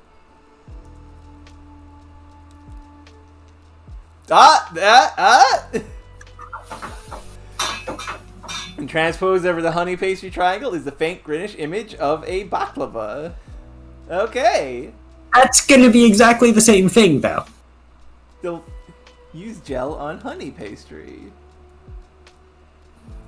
We dip out a pea-sized quantity of gel and rub it gently onto the honey pastry triangle. With an audible Within, how does this? It has transformed from something into itself. Yes! It is. Fascinating. And pocket bread. The pocket bread is going to be a pita, isn't it? Yeah.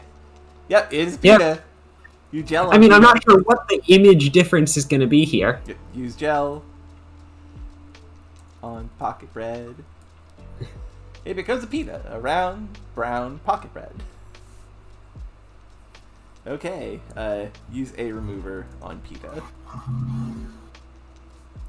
Pita on pita. Yes, I got a little ahead of myself. With a distinct whiff of apricot and cherry, the pita turns into a pit. The hard center of a fruit, clean and dry of any flesh. Okay. And we could theoretically turn that into a hole in the ground, but, like... But that wouldn't really work. But we could only do that at the bar. Yeah. Which is not a useful place to put a hole in the ground. Yeah.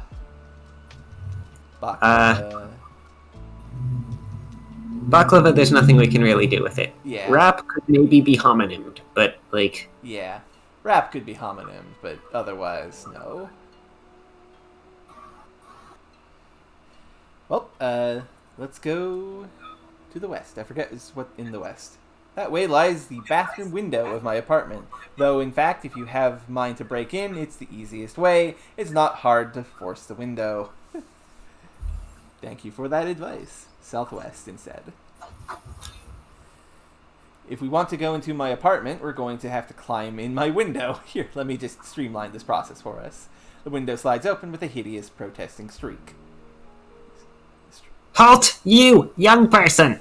It's my neighbor, Mrs. Parsnips, leaning out from her apartment above us. Miss Parsnips... Hang on. Yes? There's only 37 legally approved surnames on the island. Uh-huh. And one of them is Parsnip. Yes. I don't interact except about once a month when she comes around to ask for my spare change for bus fare or the laundry. Clear off or I'll call the police. Okay, talk... Yep. Oh, there's more dialogue, okay. No, don't worry. I'll handle this. I step us back and stare up at her. I'm a friend of Alex, I say. He called and asked me to stop by because he thought he left the stove on. Said he climbs in the window all the time when he gets locked out. That's true. Shouldn't be allowed out by himself. Okay, go ahead. In a mutter... yeah, worth stealing anyway. She vanishes from view. The window is uncomfortably high, and it takes a little scramble to get in, but soon we are inside. In the apartment bathroom. An antique nightstand of my mother's, which does not actually fit anywhere near my bed, is jammed into one corner of the bathroom. There are a key, and a ring, and a nightstand. The bathroom window gives some weak sunlight. We could climb back out the window, or we could go south to the rest of my apartment. Well, look ring.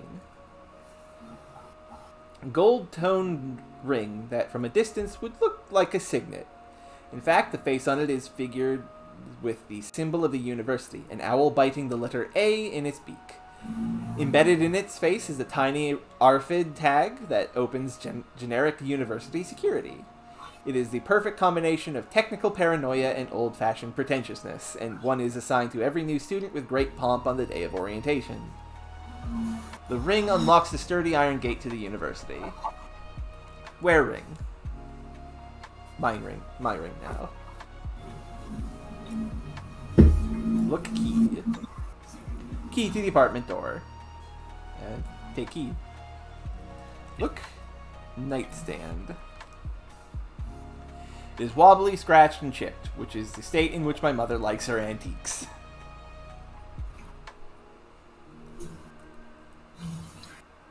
Okay. Yeah.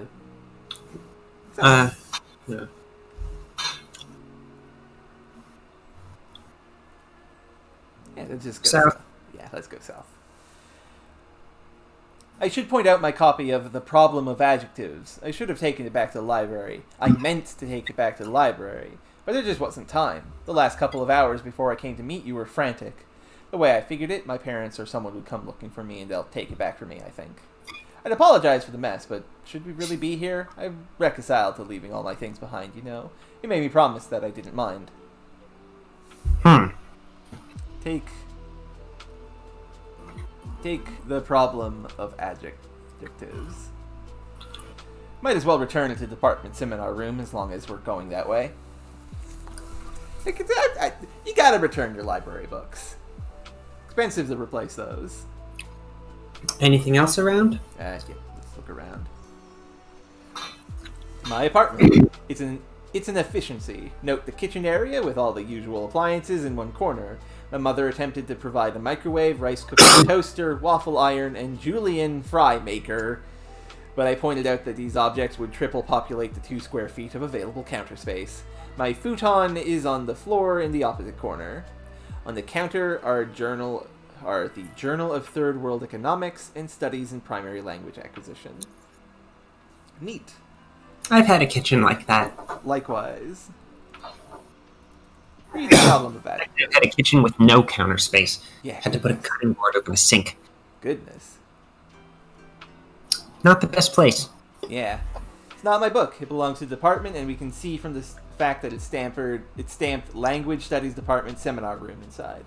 I got it out because it provides a general overview of adjectival adherence. That is, how and when an adjective is so much part of the name of something that it can be affected by tools like your A remover, and when it's purely incidental. I see I may be losing you. Shall I put this in layman's terms? Sure. Yes. Yeah. The short version is, I want to design a language with spelling and pronunciation selected so that valuable resources like food, water, and clothing can easily be made from available resources and pollutants such as plastic, garbage, and seawater. There are major problems in constructing such a language because ideas like pure and potable and healthy tend to be specified by adjectives rather than by nouns. English doesn't have one colloquial word that means pure water, for instance. But I believe that a correctly constructed language that incorporates the concept of pure water into a single word would be exceptionally powerful and might transform the third world. Neat. Conlang as... I'm not sure. As something. Fascinating. Conlang for justice. You'd have to actually get people to speak the language. But I think it would be a lot easier to get people speaking the language when speaking the language means you can have infinite free food. Yes. Right, that does sort of tend to shortcut the main problem of getting people to actually speak your conlang. Yeah. Right? Why would I bother? Well, because if you actually speak this language, and this is the language you think of things in, yeah, then you can turn garbage into food. Yeah. And it will be good food. This is a little outside my field, but I have been trying to work out the feasibility of my plans from the perspective of language teaching. Makes sense. Read Journal of Third World Economics. This is just volume 16, but I subscribed annually for a while. My whole plan is useless unless there's a well-designed language that actually takes account of economic reality in the target region. When I've moved somewhere outside Atlantis, it'll be easier to conduct that part of the research. Yeah. Super, super cool. I'm glad we're helping this guy now. Okay, let's get out of here.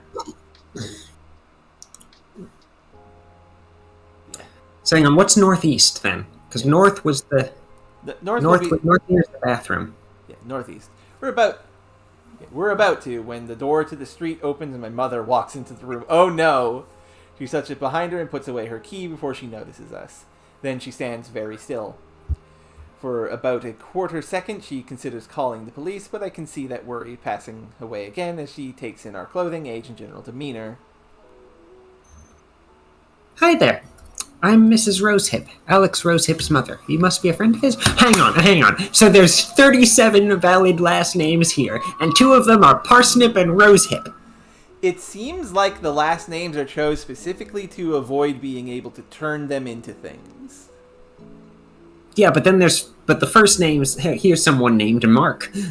Okay, that's fair. Here's someone named Brock. He was okay. Brock's not from here. Yeah, and neither was Mark, actually. He was a tourist. Say we're his girlfriend. No, Sorry. Yes, sort of. We've been on a few dates. That's you, and I have to say, you don't sound as keen on dating ourselves as you might. I see. How secretive of him not to bring you around. And where's Alex now? I need to speak with him. He's been hard to reach lately. I know you think it's a bit sketchy that my mother just walks into my apartment when I'm not around, but I swear to you that she's never done that before. I kind of wonder, though, if there was something else we could have said other than saying we're his girlfriend. That is true. Because there's been times before, like when it suggests... Mm-hmm. When Alex suggests an answer and we check topics and there's something else. Yeah, that is a thing. Dang. She must be more worried about something than she's letting on. Okay. I think we should... Let's just topics. Claim to have seen him this morning. Yeah. Claim to... Because we have seen him this morning. Yeah, we did. He went out to do some research, I think. He left before I was completely awake. Thanks, now you've given me the impression that I'm a cad! She looks at the disheveled futon and her expression becomes even more unreadable. I did think I'd taught my son better manners. I apologize on his behalf. Mother stares absently at our monocle for a moment. He must like you if he lets you wear his monocle. He's very proud of that, but do be careful with it. It would be a little embarrassing if someone were to catch you with it. Alex's father was technically not supposed to remove it from the bureau. Yes. Agree to take care of the monocle. I'll be careful with it. I knew you would. Mother picks her way to the refrigerator, which she opens, revealing only some yogurt. Evidently not planning to have dinner at home this evening. Explain we might go out. This is excellent. We were thinking of going out. Were you? Then you're definitely going to see him this evening. Where do you have reservations? Okay. Are there any restaurants on this map? There's the cafe. I don't think going to a Greek... Well, actually, no. A Greek cafe would be a nice date. But like... No, yeah, just claim you didn't. Okay. The cafe? Maybe? Or just claim you didn't say. The cafe. I want to say the cafe. Damn it. Claim the cafe. My cafe. Okay, dang it. Mm-mm.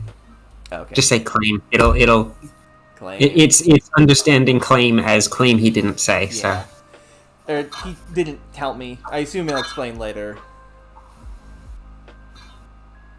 He gives the refrigerator door a little push and it swings closed. I'm not inquiring into the details of your relationship, but I am concerned about him. He has seemed very unhappy recently about his work. Has he said anything to you about that? Wanting to leave the program or change careers or anything? I didn't think she'd noticed. Reassure. Suggest the truth. Don't lie to Mom on top. I mean, lie to the... Don't lie quite that hard. Yeah. Suggest the truth? Up to you. But I don't... Because here's the thing. We're going to get out of here, and Alex is going to get popped out of our brain, and then what? Is he going to be able to send a letter back to her to be like, we're fine, we just left? I mean, that is a thing you could do. True. Yeah. Assuming they allow writing from outside the country.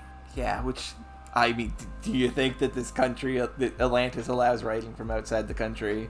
I mean, they allow tourists. Yeah, that's true. That suggests the truth. Right? They probably read the letters, but... I think he feels that there are things linguistic studies could accomplish if he were less hampered by local laws and corporate interests, we say. Big improvements to quality of life for the poor, for instance. Did he say what he intended to do about that? Say he wouldn't do anything dangerous. You said you have dough. That's Yep. odd. Yep, I typos. Say we wouldn't do anything dangerous. This is challenging. I'm sure he wouldn't do anything dangerous. We lie. After all, his ideas wouldn't be useful to anyone if he were arrested. No, of course. But I think she knows we're lying about something, even if she is not sure what that something is. Mother spaces out a bit, contemplating our baklava.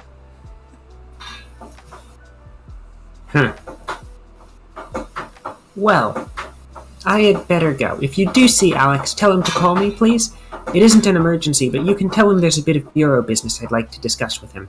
We nod, and suddenly it is born on me that this may be the last time I see my mother in a lifetime, and I'm trying to memorize the exact cut of her hair and the way her expansive Italian heels tap on the floor, and meanwhile she is going out completely indifferent to the moment. I could have stood for our previous meeting to be the last one. We had dinner and she hugged me goodbye then. This makes it all much, much worse. And you're nattering at me in our head, asking what she meant about the bureau. It might be, I guess, that they've been watching me and she has got the wind of it. That would be likely. But if so, it doesn't matter. Not anymore. She's not even visible through the window any longer. Oh god, that's sad. That was actually a really sad scene. I feel bad for Alex. Eat baklava. Yeah, not quite. Look in fridge. Open fridge. I don't see any value in yogurt in our context. It's tasty. We acquire the yogurt. It is the gooseberry fool flavor left over from a six-pack. I always eat the strawberry and peach first. Neat. Put all in backpack. The pastis would just spill. Oh no! Didn't I restore the save though? Oh, we must have undoed wrong. Damn it. Close backpack. Wait, hold on. Doff monocle. Put monocle in backpack. Close backpack. Drink pastis. And we're still just carrying a drink around, I guess. Yeah. Giving a drink. Drop pastis. Okay, now we leave. Northeast. For all that it's a weird thing to carry, I still can't help feeling like it might be useful. Fair. Take pastis. I'm not sure how, but it is a drink. Look, it's a party. It's a celebration. It's fine. We just have a drink with us. How have we not spilled it driving around? We put it on the dash. It's fine. In that car? You think there's a dash? Fair point. It's a bike with a lid. Yeah. Okay. Yeah, there might be a cup holder. It's a bike with a lid. That is true. Okay. Southeast. Hold on. Close bathroom window. I feel obscurely better now. Okay, southeast. The University Oval. This is the center of the university, a broad grassy oval shaded with sycamore trees and surrounded by buildings in brick or white stone. An activist is standing in our way, gripping a sign that says Toxi Waste Awareness. That seems notable. Immediately south of here is the building where I spend most of my time, Samuel Johnson Hall. Do you have a minute to help save the environment? The activist asked rightly. Say yes. You say yes? Yeah, say yes. Sure, why not? Wonderful, she beams. She sets down the sign in order to free her hands for more expressive argument. Listen, we're trying to gain financial support to make a major advertising campaign pushing the concept of toxic waste through the Anglophone world. If you know about linguistic efficiency, I'm sure you can imagine the implications. I can, in fact, imagine the implications. Probably a little better than she would like. encourage the activist to elaborate on the implications. Because I want to know. Implications? Implication, you said. Oh, god damn it. I'm bad at spelling. Oh, we say neutrally. This is all it takes.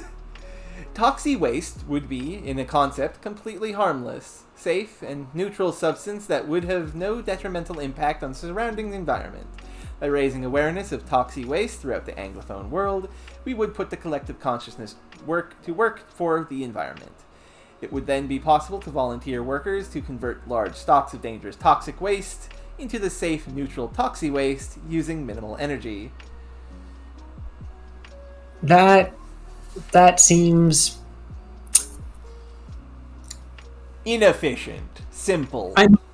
That seems oversimplified, given that this is a phrase that is one letter off from toxic waste and still includes the word waste. Yes. And there are many difficult and the same root as toxic. Yes. And this would not work given the parameters we've been given on how this language magic stuff works. This would not work. Yeah, this is incredibly a poor move.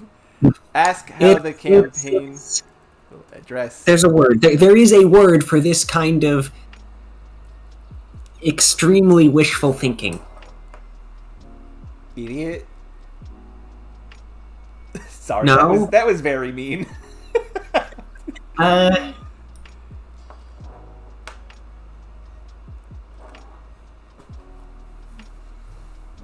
Naive would be definitely part of it. Naive would work.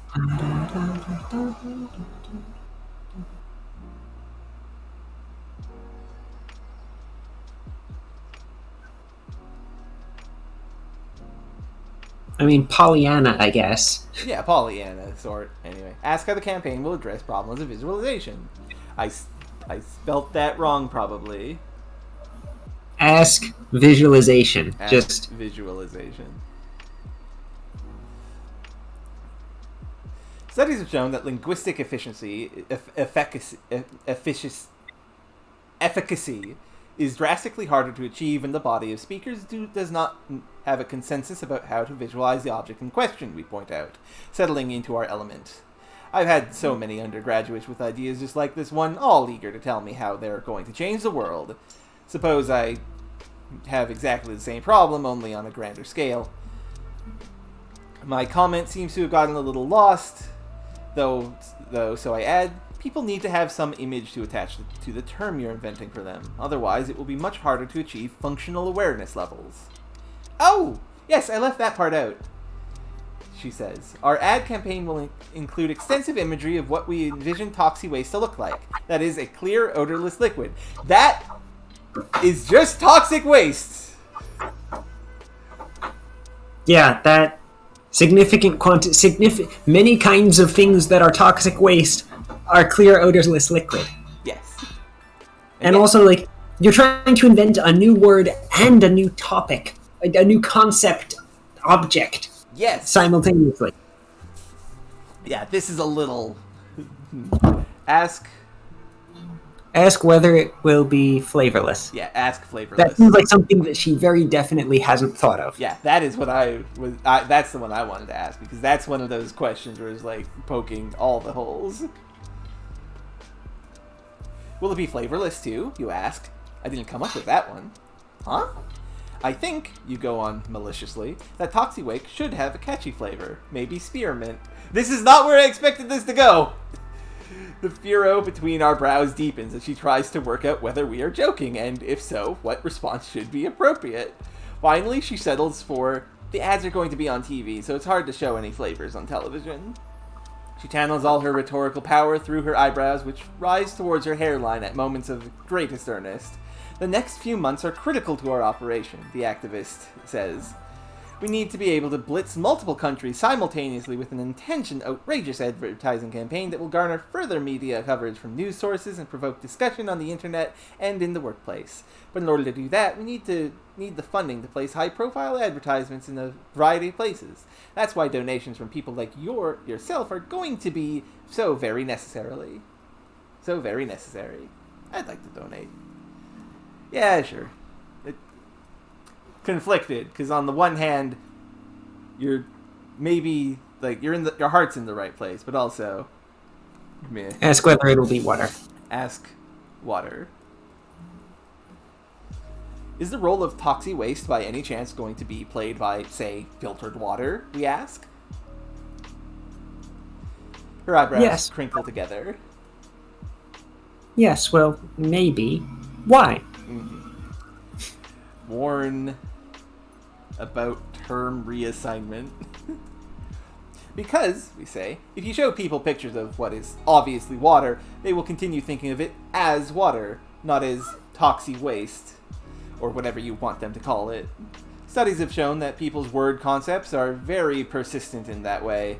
And anyway, there are a variety of reasons why even if you could do it, it would be very bad to overwrite the linguistic efficacy of water. You're in language studies, aren't you? I was warned about people from your department. You can be very negative. Mm-hmm.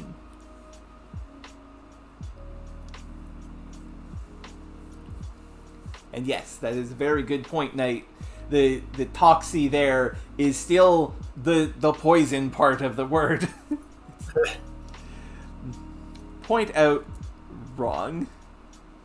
Negative or not, it is true, we say. If you try to teach people a new word from an existing substance, you have to fight with their preconceptions about how to categorize that substance. If, on the other hand, you try to make them think of a new and, as of yet, non-existent substance, you have less control over what happens when it reifies. The result might not be quite what you wanted. All right, how would you do it, then? At this precise moment, I feel myself fall for this girl. She's still naive and earnest and probably too young for me, but there is something about the determination, assertion, and the spirit of I dare you to think of one better that makes me want to drag her off to a coffee shop and enlighten her for 4 or 5 hours. But I bet you wouldn't like to play gooseberry to that expedition. Let's explain. Explain. Go on. Explain our plans. To do this really right, I say, under our breath so that no one will overhear us, you have to think even bigger than you have been. Forget English, forget Mandarin Chinese, forget Spanish, Hindi, Russian, Arabic. You have to make a new language to resolve these difficulties, and you have to teach it on an epic scale. She has been leaning in breathlessly to listen to this explanation, but now she backs up and looks at us like we've sprouted a second head, which, all things considered, would not have been all that unnatural. That would take forever, she exclaims. I had calculated maybe 50 or 100 years to the first significant success, but I suppose that is not unlikely forever, if you're sufficiently short-sighted. And you'd need a huge amount of money. I sigh. All the same, we say, a little sadly, it would work better than what you're proposing here. I'm sorry. I wish I thought it would work. Is there any other topics? Donate. Yeah. Sure, donate some money. We'll donate a little bit of money. Oh, you're not seriously going to... Oh, God, you are. You know, this is never going to work. There are sound scientific reasons why... Oh, fine. We hand over some of your money. I guess I should console myself that it is yours, to the girl. Thanks, she says brightly, tucking the bill into her pocket. She gives a little skip and heads off towards the oval to accost some more innocents. You just enriched some random television network, you understand. That money won't do a lick of good to anyone else. True, but it made her happy. And yeah, it was a waste.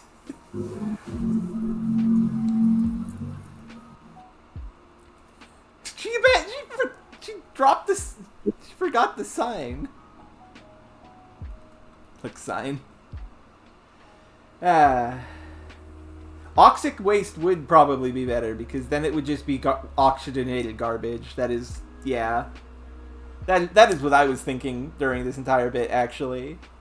Yeah, oxic has other words that it fits with. Yeah. Oh no, but then But you can't use a T remover for that though, Yeah. because it would be Yeah, it would become there's. oxic waste, right? Damn. I mean, no, but we have established the existence of first letter razors. That is true. First letter razors are a thing. So, yeah, oxic waste would be better. I wish there was if you could remove multiple letters simultaneously, then you could just get ox waste. Yeah, ox waste, which would be And gross, then, but I mean, better. it's probably less bad than many kinds of toxic waste. True. I mean, you could use that for fertilizer. Yeah. Anyway. It would be unpleasant, but Okay, let's go south. Samuel Johnson Hall. This is the main building for language studies. This is not to be confused with the language engineering, which is the department that handles devices for the manipulation of language objects. It is also not to be confused with linguistics, English literature, or comparative literature, all of which have their own buildings and facilities. Language studies applies itself to the questions of linguistic efficacy, chiefly at the social and anthropological level. That is to say, we study how the ability to change things based on their names affects daily life and society. The department office, with several professional officers leading off of it, is to the southeast. To the southwest is the seminar room where many of the upper-level courses occur, and which also contains a department library. Downstairs is the basement, where the graduate students and junior instructors are kept. On the wall hangs a framed photograph of Professor Waterstone with the words Shapley Chair in big... Shapley Chair in big letters underneath it.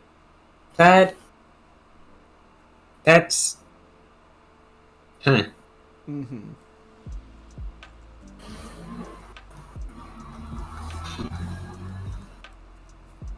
Interesting. Look, photograph. The Shapley Chair is not named after the famous suffragette Philadelphia Shapley, but after her considerably less famous or interesting descendant Lawrence Shapley, who was well placed within Dental Consonance Ltd. when it started up and subsequently had buckets of money with which to endow university chairs. Chair as in head, okay. Nonetheless, this position is a point of considerable pride for Professor Waterstone, and gets him many invitations to speak both here and abroad, which he takes terribly seriously. More to the point, the government permits him to attend. This may explain the particular expansive grin on Waterstone's face in this image. Usually his pleasure is expressed more moderately. Neat. So Professor Waterstone is, in fact, an important person here. Yeah. And also, that's, like, meh. The surnames permitted here are still weird. They're very weird. Well, we cannot add letters, Fury, unfortunately. We eventually get an E inserter that could be something. Yeah, if we did, we could. There's a lot of things we could do if we had various tools that we don't have. But then also, it's just the word Shapley Chair, so even adding an E to it would just add a letter to the word. It's to the physical sign, yeah. Yeah, to the physical sign. Let's go sell that. I gotta go for a minute. Back in a minute, sorry. Okay.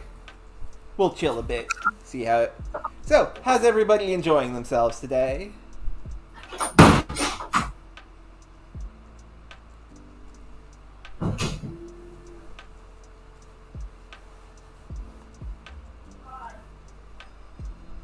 A shapely chair would be nice.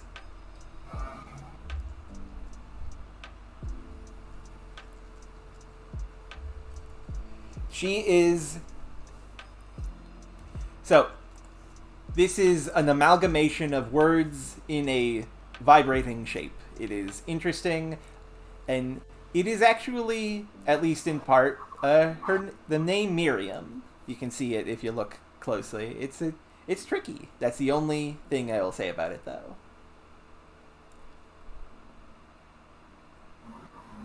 There are letters involved. It is very shapes. It is appropriate for this game, actually.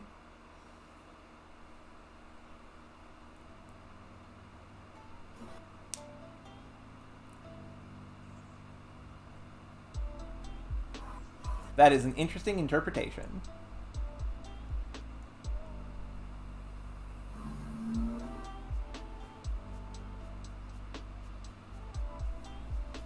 But yeah, I do hope everyone's having a good time. As a reminder, I'm Zodiac. We're doing this to raise money for top surgery for myself. And yes, there's a paper Zodi over here. Watch out. Ah, he's gonna kill me. No, he's fine. Ah, whoop. Oopsies. Almost pulled my headphones off. I'm okay. No, the paper Zodi is fine.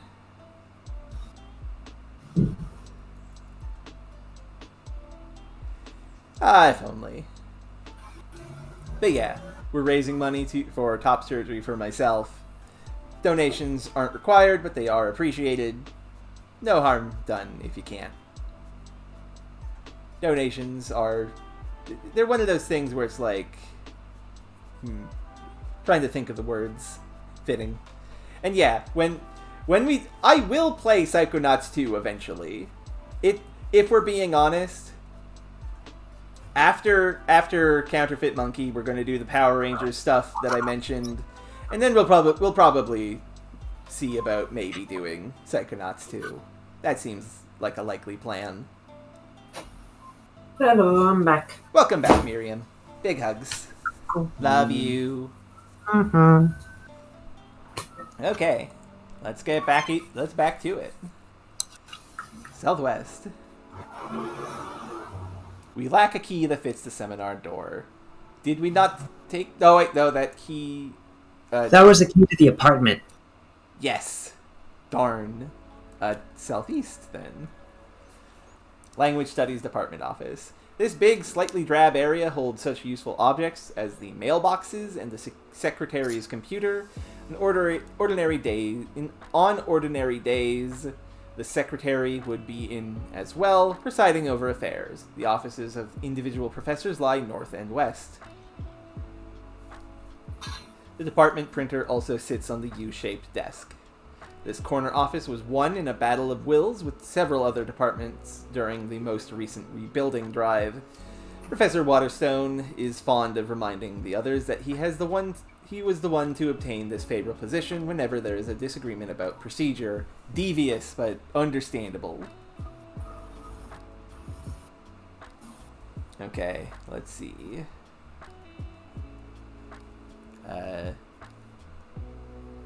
Where did Alex want us to drop that book off, by the way?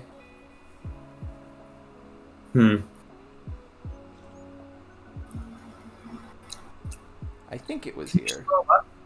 I don't actually know if I can scroll up. No. No? I can do that by going like this. Yes. Oh no, that actually brings up a window so you can't see it. Never mind then. Goals. We could look at the book, whatever the book is. Yes.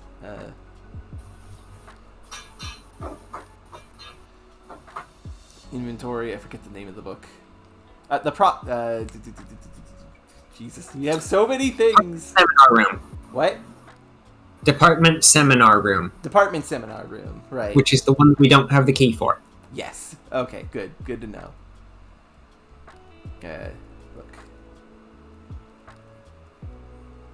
Okay. Look, mailboxes. There are slots for all the professors and graduate students. Undergraduates, of course, are too insignificant to be assigned mailboxes and are not allowed to have mail delivered to the department. Makes sense. Look, computer. One of the many beige boxes hooked into the university's main system. Switch computer on.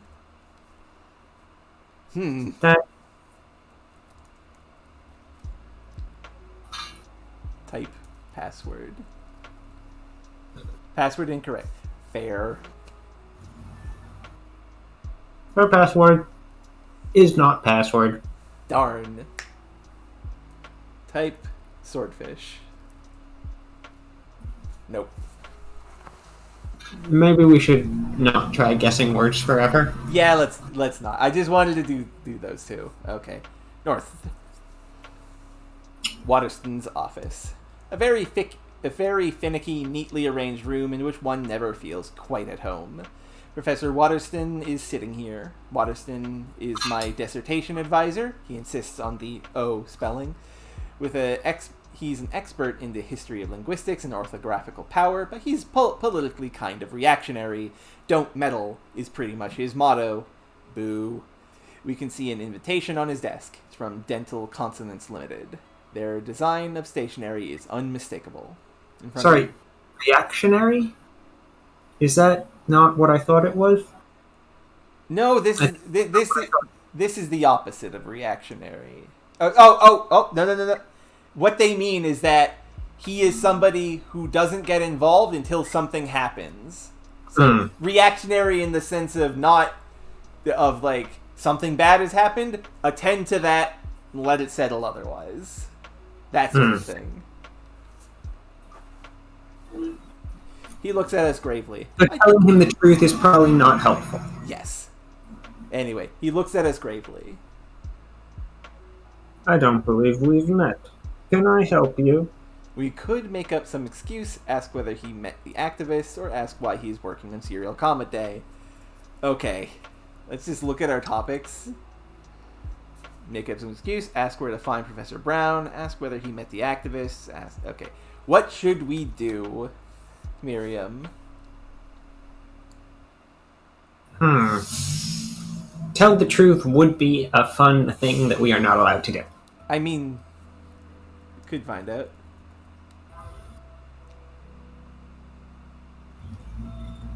Okay, that's not a thing. Never mind.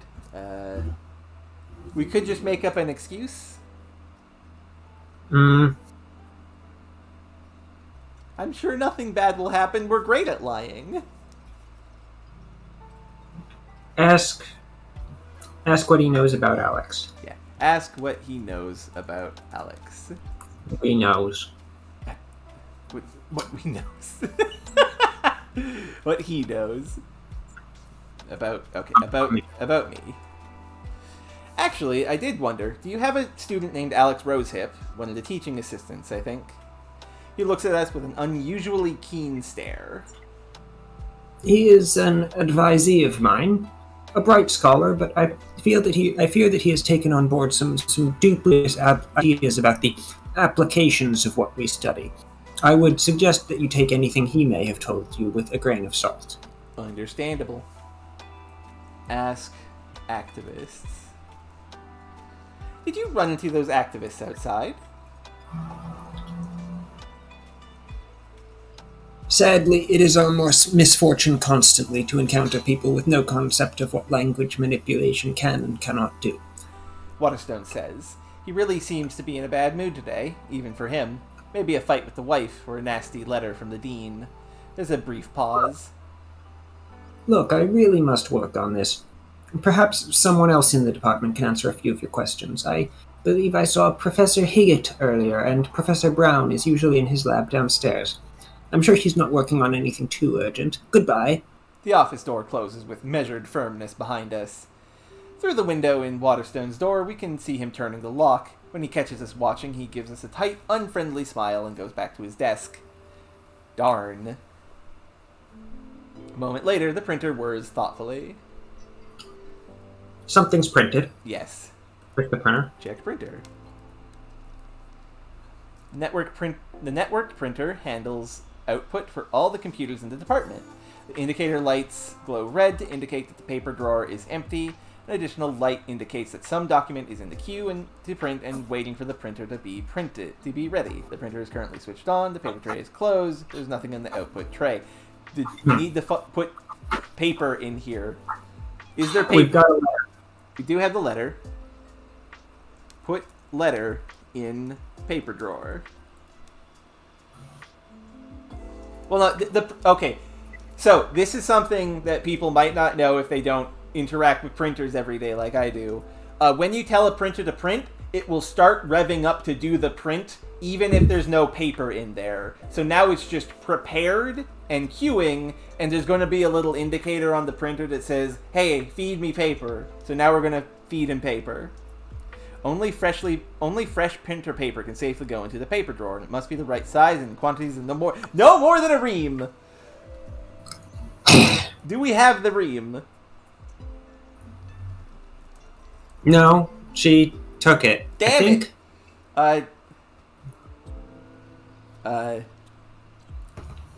Take out ream? Take ream. Okay. Take ream, I guess. Take ream. We don't have the ream. Put ream in paper drawer? Do we have the ream? I guess we don't have it, right? No, because we made the ream from, what was it? From the... something else. The electronics in the not the modem. No, that was a modem. Yeah, darn. We made it when we were doing that, but it wasn't the...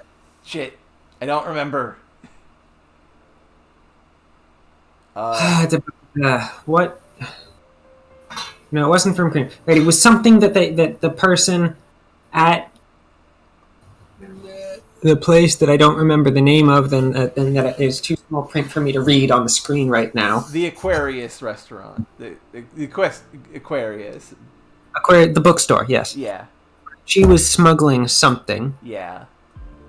It was something electronic as well. So, Ryan, do you remember? Because we're just curious.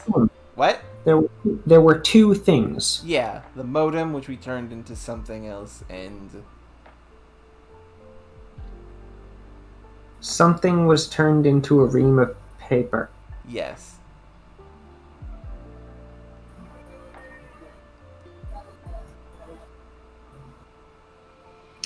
I don't remember now. It's fine. It's fine. Whatever it is, we don't have it. Yeah. It wasn't ours, and she wouldn't let us take it, I'm sure. Yeah. And she closed the store, right? She closed up. Okay. Right. Our store is closed, or she's gone back to the store and she's there, and she's not going to let us take it. Yeah. Look in mailbox. No need. It will be the usual assortment of advertisements from academic press.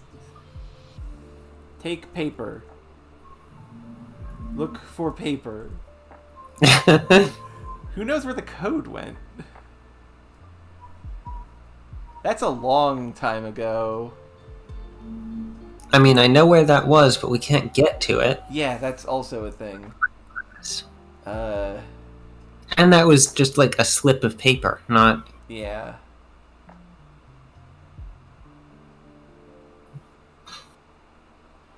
That is true. We turned it into a CD.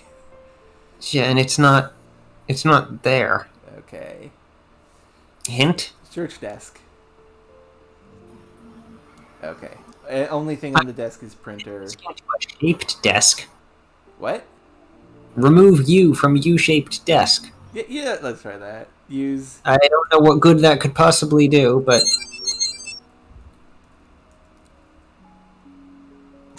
We reset the device to U. It's not going to make a nothing-shaped desk. Wouldn't that even be? Shapeless?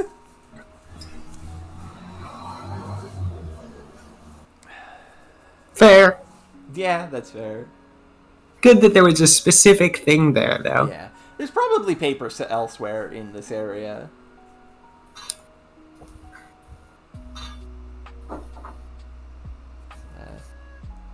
Look, computer. Okay, just,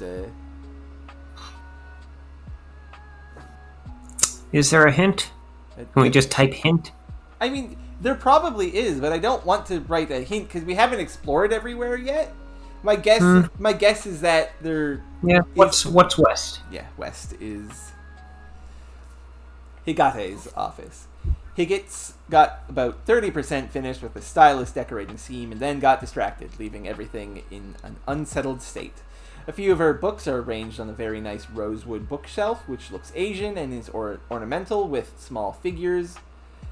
As all of the rest of the library... Sorry. It's okay. All the rest of her library is stacked higgity-piggity with plastic cartons. Professor Higgett is sitting at an oval table on which are spread an ugly yellow book, a sugar bowl, a teapot, and a romance novel in some heavily accented language. Higgett is the second reader on my dissertation committee and a conlang expert, that is, constructed languages. It was a seminar with her that really got me thinking about utopian linguistics, and she's been very supportive, though cautious. She and Professor Waterstone don't always get along that well. She looks up when we come in. That's up to you, Miriam, dear. I am not going to try to pronounce Lajban. Okay. However, I could look up a Lajban to English translator and see if we could say yes. But don't, actually say yes, because, Yes. don't say yes until I find something. She's asking whether we speak Lajban. For the present, I think it will raise fewer questions if we say no. I'm going to... Hold on. Don't say no. Don't say yes. I am going to look up a translator and look up what the word is for yes in Lajban. Okay. And see if this is actually supported. That is 100... You know what? Yes. We have to try that. And yeah, Higgett is also probably one of the allowed surnames.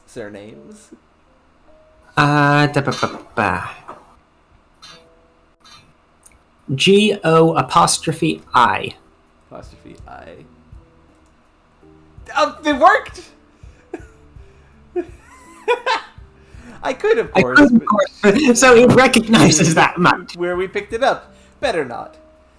Higgett is still looking at us expectantly, so I jump in. I'm afraid I don't understand, we say, smiling faintly. Her face falls. I was hoping you'd be here for a conversational Lajban tea. The room is conspicuously lacking other Lobshan conversationalists.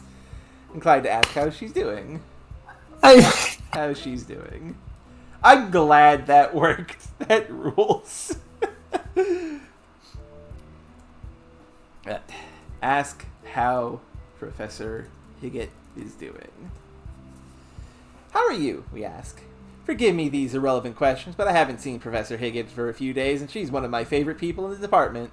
I worry about her a little.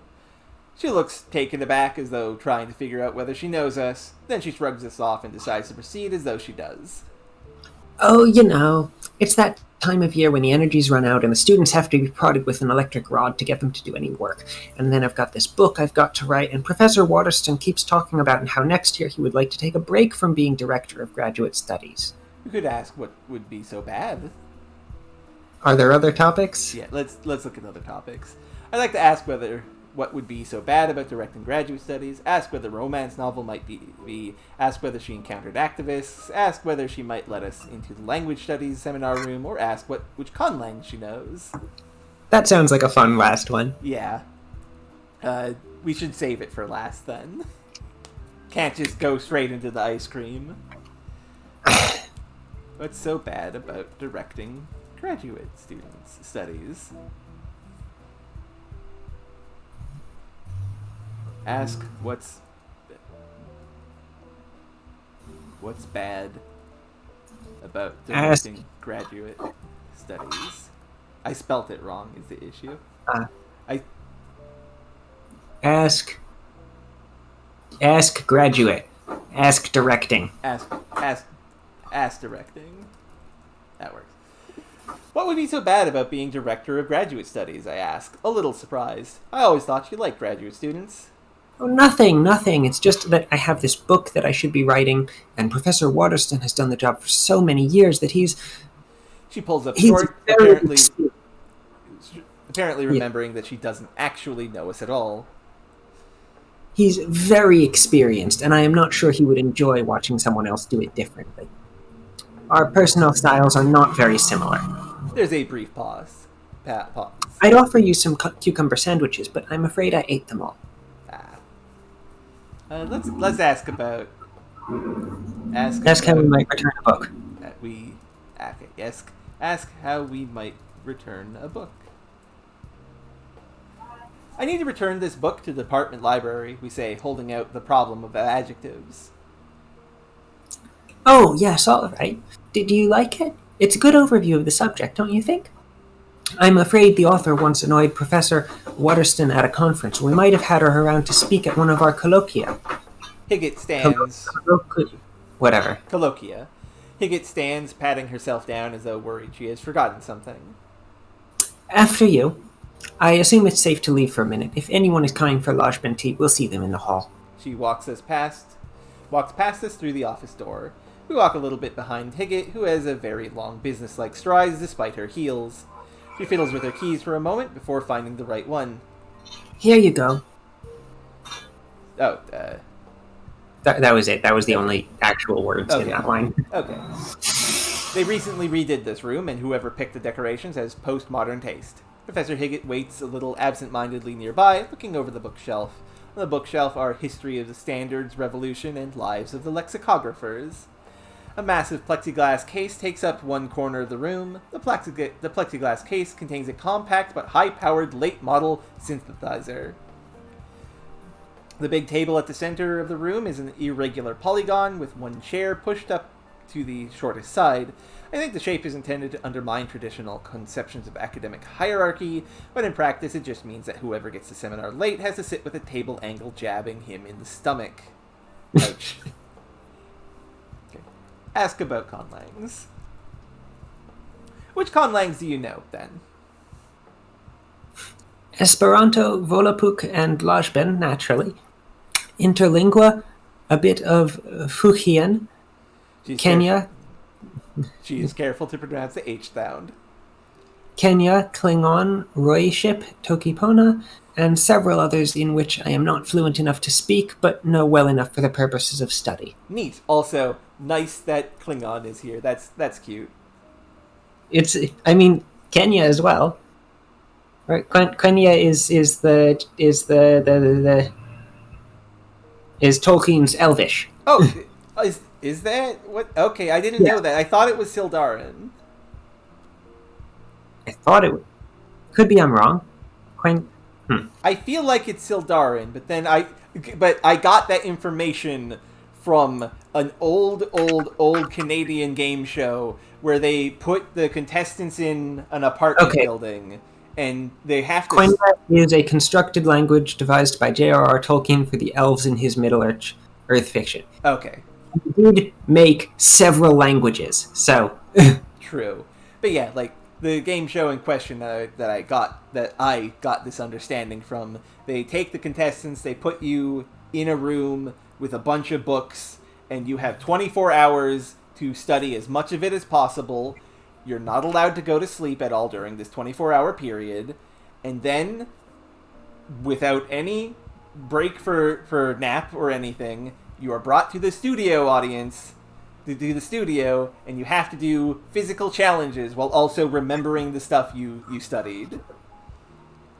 Okay, so I just looked it up. He came up with quite a few languages, and Sindarin is another one of them. Yes, Sindarin, that's it.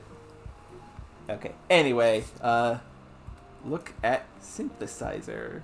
What is this? Higgett may be a little unworldly, but there is no way she'd let us mess with the synthesizer without interfering. We'll have to hope she's willing to leave us in here. Make sense? Okay, look books. Look book.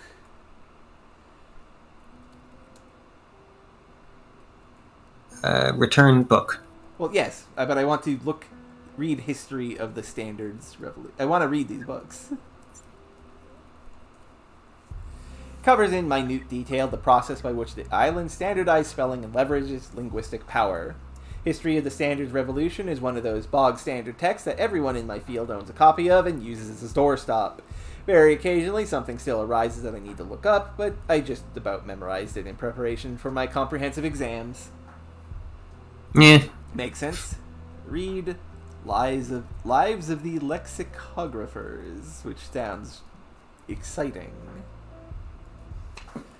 It is a substantial history of the major contributors to the art of dictionary creation, and a useful guide to the specialist bibliography on each figure.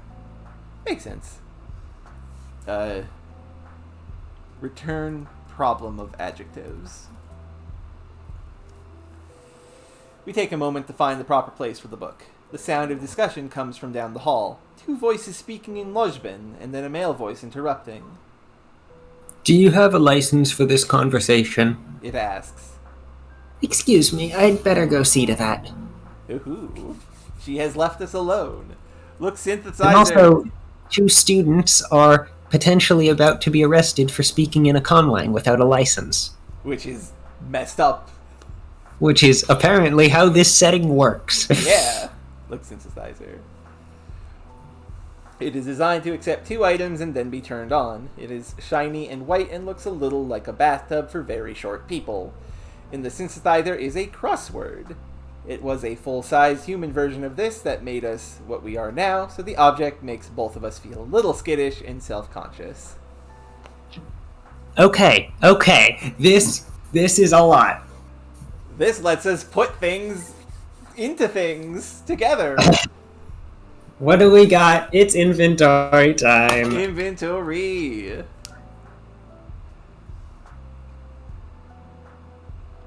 Take any 2 of these, or variants thereof. What can we come up with? Mm-hmm.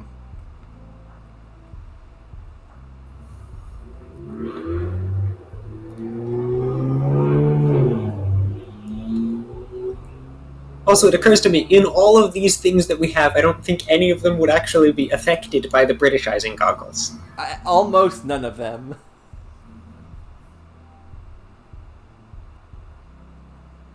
I see.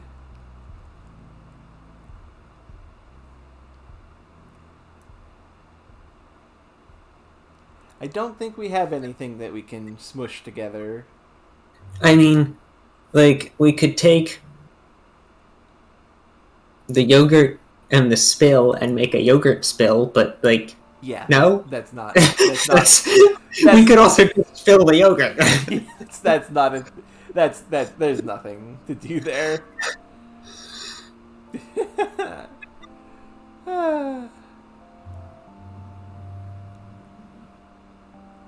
Okay, look. The jigsaw could potentially have been made from a jig and a saw, but... Yeah. That's true.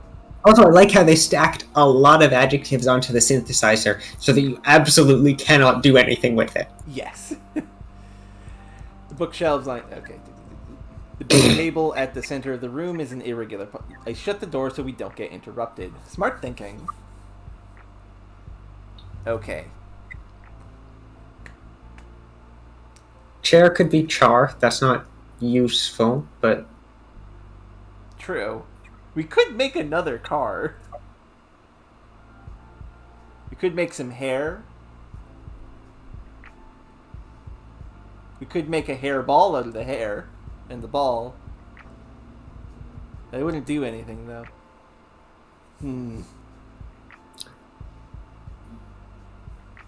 I mean, maybe we get a better car out of this. You know what? That's true. Right? Maybe we get a... No, I think a jig is a tool as well as... Yeah, a jig is a tool. A jig is a tool as well as a dance. Yeah. Use eye remover on chair. With a distinct whiff of faint fishiness, the chair turns into a char. It's a trout-like freshwater fish of the northern countries. It is dead, needless to say, and would make someone a nice supper. Yep. Use H remover on char. It is a little larger than a toy, but that's... Okay, it's another terrible car. Yes. Also, there's now a car in here. It probably doesn't fit, but... Yeah. Yeah, put Use gel on car. Yep. Back to chair. Okay, so we could potentially get another terrible car if we somehow lose our car. Yeah. But... A single strand of about a foot long of blonde hair. We could turn it into air, but then it's gone. Yes. Because we're not going to be able to, like, contain the air. Yeah. Okay, just have that closed backpack. Okay, The synthesizer seems very useful, but we don't have anything to really use it with. So let's just head out northeast. I suppose down then. Although we could go back to her office and see if she had anything to snatch up there. Alright, that just leads back here.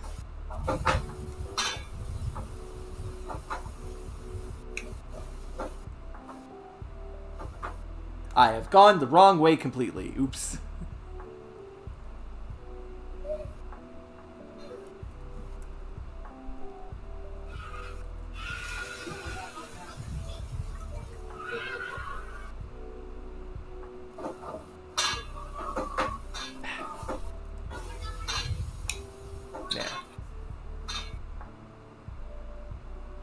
Okay, she's still there. And she's still there, and the girl who showed up for the Lajban tea does not seem to actually know Lajban.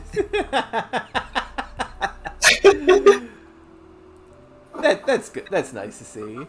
She saved them and now has someone to talk to. Look around. Okay. Yeah, there is nothing. We cannot go back in there. Okay. Oop, wrong room.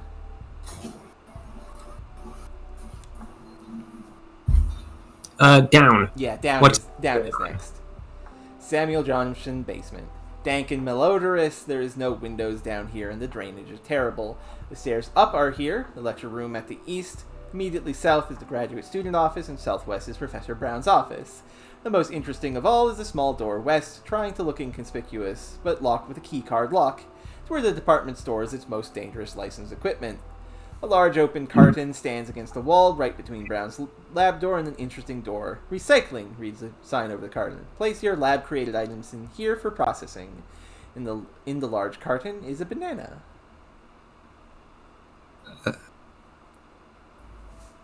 The banana used to be something, I'm sure. Wear monocle. Look at banana. This is Blatt from the monocle, and the transpose over the banana is a faint, unappetizing image of a bandana. Makes sense. Gel it? I don't know.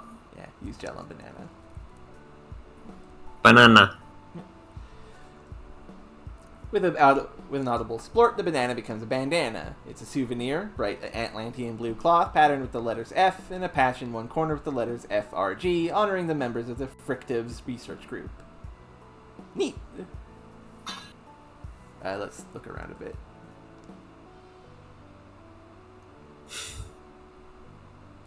Take bandana.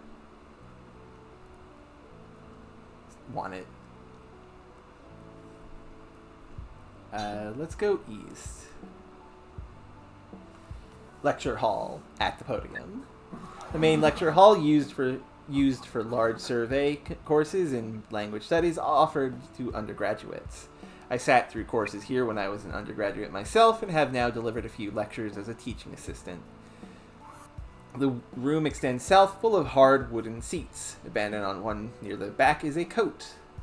A poster at the front of the room announces a conference on cultural reactions to linguistic change.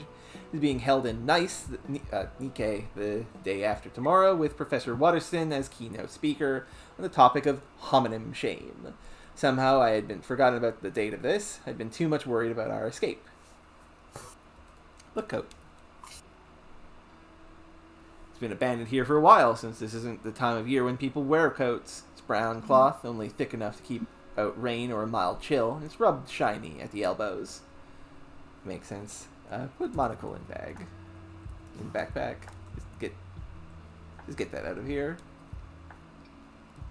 Could turn this coat into a note. Or into a cot, actually.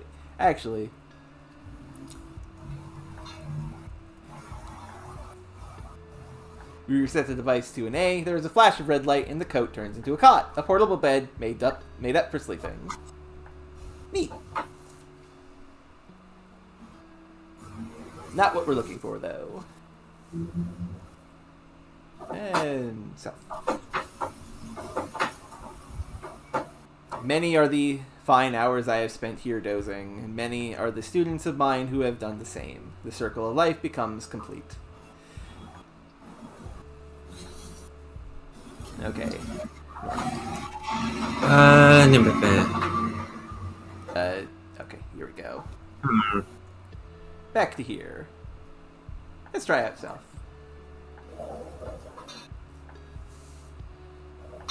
A small windowless room divides into cubicles for individual graduate students. A tiny refrigerator stores lunches, sometimes, and looted leftovers from department receptions, when available.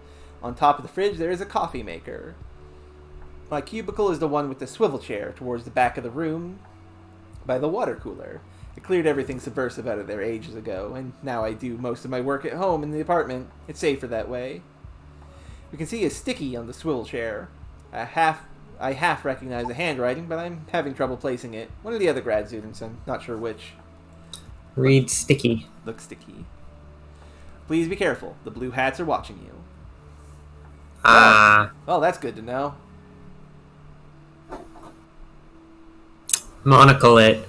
Yeah, monocle. Wear a monocle. Looks sticky. Okay, so it's not something other than a note. Okay. Put monocle back. In backpack.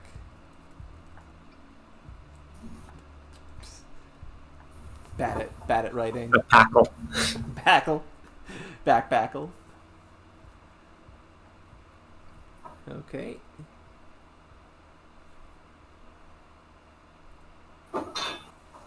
Look, water cooler? Just kind of look at it. Perpetually empty because no one down here can be bothered to go up to the office, demand a refill, and lug the replacement bottle down the stairs. Relatable. To me, anyway.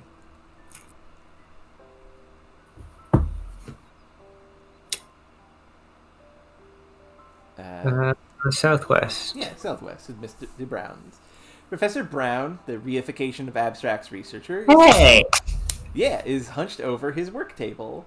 Brown is only barely a professor at all. Actually, his working title is senior lecturer, and he holds a yearly contract with which the university has the option to renew at whim. This prevents him from going elsewhere, while ensuring that he never has a fully funded lab of his own. All the electrical equipment down here is tinker toys compared to the stuff he really wants. In fact, half of it he built himself with components he bought with his own money. Teaching. Yep. I And know all research. Yep. I know all of this because Brown cornered me in the hallway one afternoon and talked to me for 20 minutes straight about the pressures of academic job hunting in the current political climate. I tried to get him to stop, but he's like a wind-up toy. Don't touch anything, please. He says without looking up. Ask what he is doing. Oh, okay, first, topics. Ask what he's doing, ask what he thinks of him, ask what he thinks of you, ask what he thinks of Waterstone, ask what Professor Brown thinks of the academic job market. Okay. Ask what he is doing. Get that out of the way. What are you up to, we ask. Asking Brown questions when he's working is a bit of a crapshoot, I tell you now. He wiggles his nose back and forth. I knew him for 3 months before I figured out what the wiggle is. It's his hands-free way of working his spectacles back up his nose when they start to slide down. Without looking at us, he says, I'm getting ready to do a new calibration run on love. this is a favorite of his, because you can get it so easily from a glove, so the materials are inexpensive. Love is cheap. Yeah. Love is cheap. Oh, dear. Okay, ask about job market. We have to do this. How's the job search going, we ask. Are you still considering moving? He looks confused as I have us hastily add, I heard from one of the graduate students you were on the market. Yes, well, under recent circumstances, it is unlikely that I would receive a visa to work elsewhere. Nonetheless, I do send out the applications every fall, just in case the contract does not get renewed. Sometimes... Sorry. Fair. That's okay. Nonetheless, I do send out the applications every fall, just in case the contract does not get renewed. Sometimes I even get a telephone interview or two. Nice. Wish him luck. Well, good luck with that. At this point, I need some kind of major change in the universe more than I need... He stops and stares into the middle distance through the green spectacles. Then he bends over the work table and scribbles something in tiny writing on one of the scraps of paper there. Sorry, I had a thought. Understandable. Hang on. What could he do to reify luck? Because that's what he's thinking right now. Probably, yeah. I don't know. But, like, where do you get that? Ask what love looks like. Right. What does love look like, then, we ask, as though I haven't seen this a bunch of times already. It varies. The manifestation of a complex concept depends on a variety of circumstances. By default, if multiple concepts are available, the letter tool will produce whichever concept requires the least energy to produce. But in cases where several concepts are indistinguishably popular, the results are apparently random. Recent research suggests that the outcome can be influenced by the language community surrounding the operation, and even by the intention of the tool's user to a limited degree, but I am not interested in pursuing those angles at present. There, Professor Brown in a nutshell. Did he tell you anything you wanted to know? No. The deal is that manifestations of love tend to look like stuff you'd find on greeting cards. Roses, hearts, kiss symbols. Every once in a while you get something a little more platonic, but it's a letdown if you want to know the truth. Most significant abstracts are like that. All you get by reifying them is a popular visualization. I mean, that makes sense. Yeah. Ask how he makes abstracts. What equipment do you use to make your abstracts, we ask? It's an ordinary letter remover with a few adjustments. The department's computer can lift some of the legal overrides on standard letter tools. The job would be easier if I had access to higher-powered machinery, but... Oh boy, we might get the ability to unlock our letter remover. Ask whether he can fix the letter remover. Could you fix my letter remover to make abstract objects as well? It's not difficult. You just... Oh, stay here. I'm not supposed to bring students into the rectification room. He takes the letter remover and steps out into the hallway. I can hear him using his key card on the door, going into the little room west of the hallway, doing something there.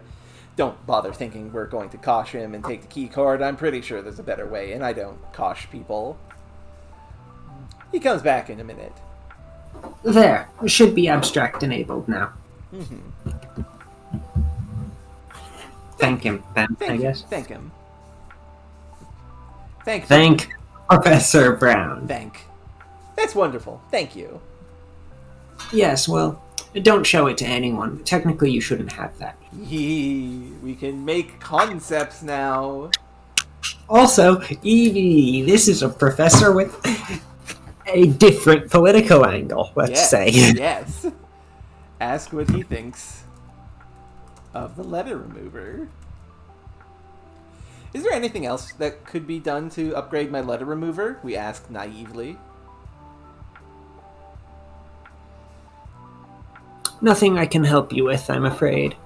There are some safety overrides that could be programmed out, allowing you to make living creatures, but that's one of those things where I think the laws have a point. It's dangerous and possibly even cruel. Ask why? Ask why. Ask why. Why would it be cruel to make a living creature, you ask? We don't know whether such creations have awareness and sensation like other creatures. If they do, it is horrible to bring them into existence only to send them out again. This is a good point. I feel a little bad about the trash mechanic now. Topics. I don't want to bug him about the professors. But, we have power now. Yeah, but I'm not sure how useful the power is. You know? True. Well, it gives us more words to go through, but not necessarily useful things in and of themselves. Possibly. Okay, let's just take a look at our inventory.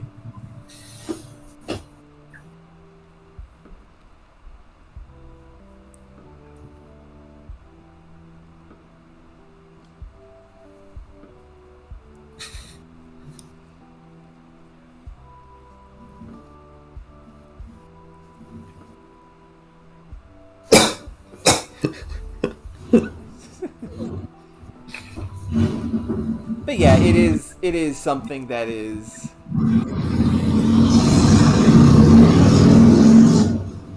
vroom. Yeah, it is something that I could see being useful in the future, though. Yeah, but at the same time, like, right? Well, we could turn like it gives us things to turn into other things, but it gives us the ability to turn things into other things. But I think it'd be most useful if it could bridge a gap. I think that is what we will be able to use this for. And I'm not seeing any gaps we could bridge with it.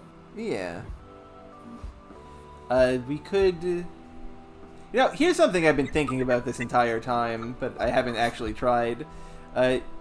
Use S remover on shopping bag. We reset the device to S. The device buzzes, puzzled. Evidently, there is not enough Atlantean interest in brewing to make hopping bag a recognized item in itself. Sure. I knew that was a thing, but I was thinking like a bag that jumps, not a bag for making hops, which you use to make alcohol. Neat.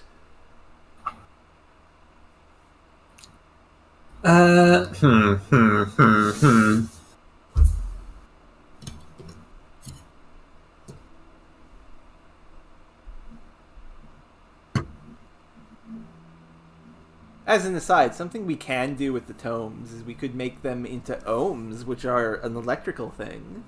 No, that's spelled O-H-M. Ah, right, yeah. I mean, we could make the sage into an age. Yeah, let's do this. Right, we could make the ball into all. I do. Sage. Yeah, on sage. We take the sage. There is a mad scientist cackle, and the sage turns into an age. I was expecting something about the elderly, immortality, perhaps a gray beard or a cane or something like that. But no, it comes out as a representation of an era, the golden age of Atlantis, across the flickering surface, as though you had a documentary on fast forward. Play the sepia features of John Rosehip and Clarence Arbott, the discovery of linguistic efficacy, the foundation of the university, a depluralization cannon fires, the effects discreetly off-screen. A tiny parade goes by. Phillida Shapley gives a speech to a clamorous crowd. Confetti rains on Deep Street, and the loop repeats. Okay, that was actually quite interesting. Use gel on sage.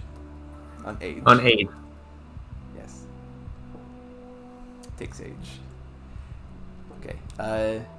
Use B remover on ball. Made blue and white rubber that decorated all over with a pattern of random letters in different sportive fonts. There's a hum of ferocious effort from the letter remover as it strains to create all. At first, it seems likely that it will break down, but it gets through the AA, a spontaneous flow of lava, skips all the creatures of the Ard varieties, thanks to its restraint on living creatures, and goes on to the Abaca, a large hemp-yielding plant. Unfortunately, it's done a bit too zealous a job with the AA, and before it gets to whatever comes after the Abaca, the lava is flowing in our direction. That is, if we did something that stupid. Yes, let's suppose we didn't do that. I'm glad that that's how they decided to incorporate all. Literally. It just tries to make as many things as it can. Yeah. And the first thing alphabetically is lava. Why is that? Because I guess is a word, probably Hawaiian, it seems like that, right? Yeah, that seems likely. And yes, night?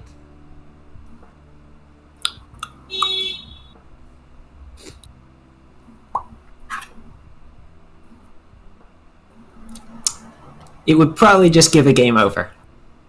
It would probably just give a straight game over, yeah. Okay,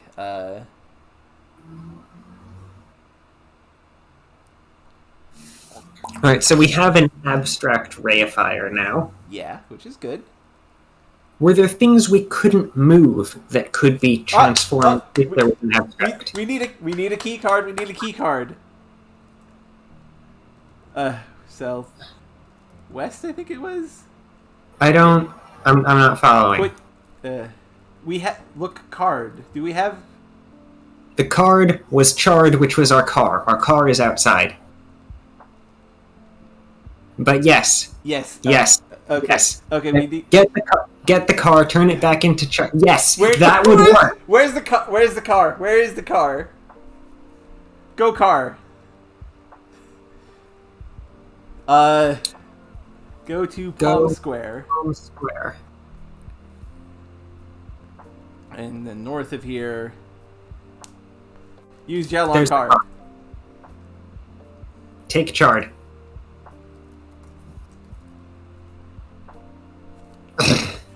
It's a different card. This time it's the fool. Card. This time it's the fool. A shiftless young woman is carrying a loaded backpack, striding across a sunny landscape. Last time it was card. Last time it was the chariot, which was like related to car. So maybe we have broken things because like you're the fool, but also no, this is important. Or maybe it's just a random tarot card every time, and it'll actually give us a description for like every major arcana. You know what, that's true. Use gel. Use gel on card. Use H remover on Chard. This time it's Temperance. An official-looking man is operating a gigantic synthesizer. Out of its bottom falls a flood of oxymoronic figures. A dwarf elephant, a giant mouse, a bittersweet cake. God, all of these... I bet all of these are really good. But I don't want to sit here all day trying to get, like, all 24. Yes, we were going for key and card, yes. Yeah, take card. Go to Samuel Johnson Hall. Samuel Johnson Hall. And Southwest. Open plexiglass case. I spelled that wrong. We lack a key that fits the plexiglass. Damn it! Where could we get the key for this?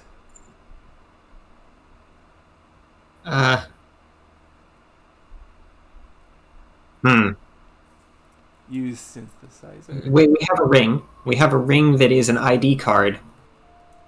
We have a ring that is an RFID. True. Plexiglass case.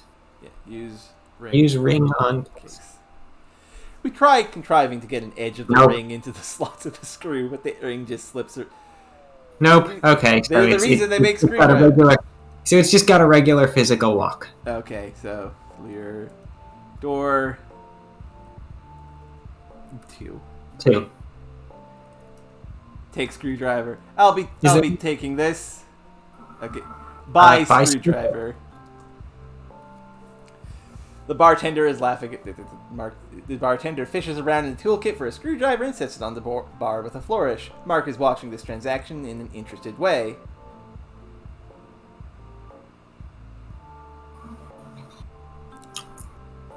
This is good. You'll like this. She raises the hominin paddle unnecessarily high in the air and smashes it down hard on the screwdriver. There's a crackling discharge of purple-toned lightning in place of the screwdriver. A cocktail of the same name now sits on the bar. Few of the customers applaud. Just the way you were imagining it. Guaranteed. Take... Okay, great, but we would like an actual screwdriver, thank you. Well, this is fine. This is fine. We have gel. Oh, yeah, you're right.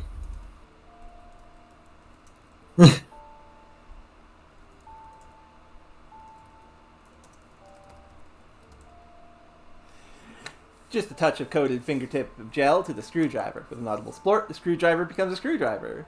The screwdriver is flat-headed with a red plastic handle and a sturdy shaft. Use screwdriver on case. We squeeze ourselves against the wall and angle to reach the screws with the screwdriver. I start on the first screw when... Is someone in the seminar room? I thought I heard something. Don't think I don't so. think so. There's a listening silence from outside. We hold absolutely still. Finally, the footsteps move away again. It's probably safe to try again now, when I'm feeling a tiny bit calmer. Okay. Okay, that seems like a bed.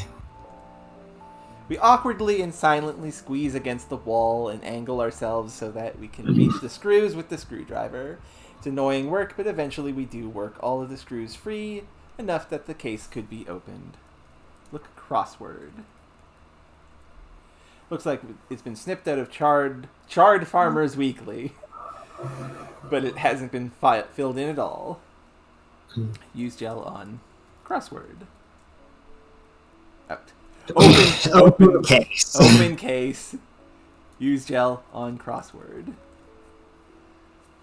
We dip out a pea-sized quantity of gel and rub it gently onto the crossword. With an audible splort, the crossword becomes a word and a cross.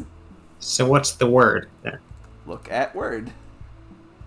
At the moment, the word is taste, floating about in Arno Prolet. Oh, it's floating! It's an abstract! It's an abstract word! The abstract concept of word. Nice! I love this. I love this. Take word. We get the word. Hang on. Yeah? Abstracts don't exist on their own. That was something.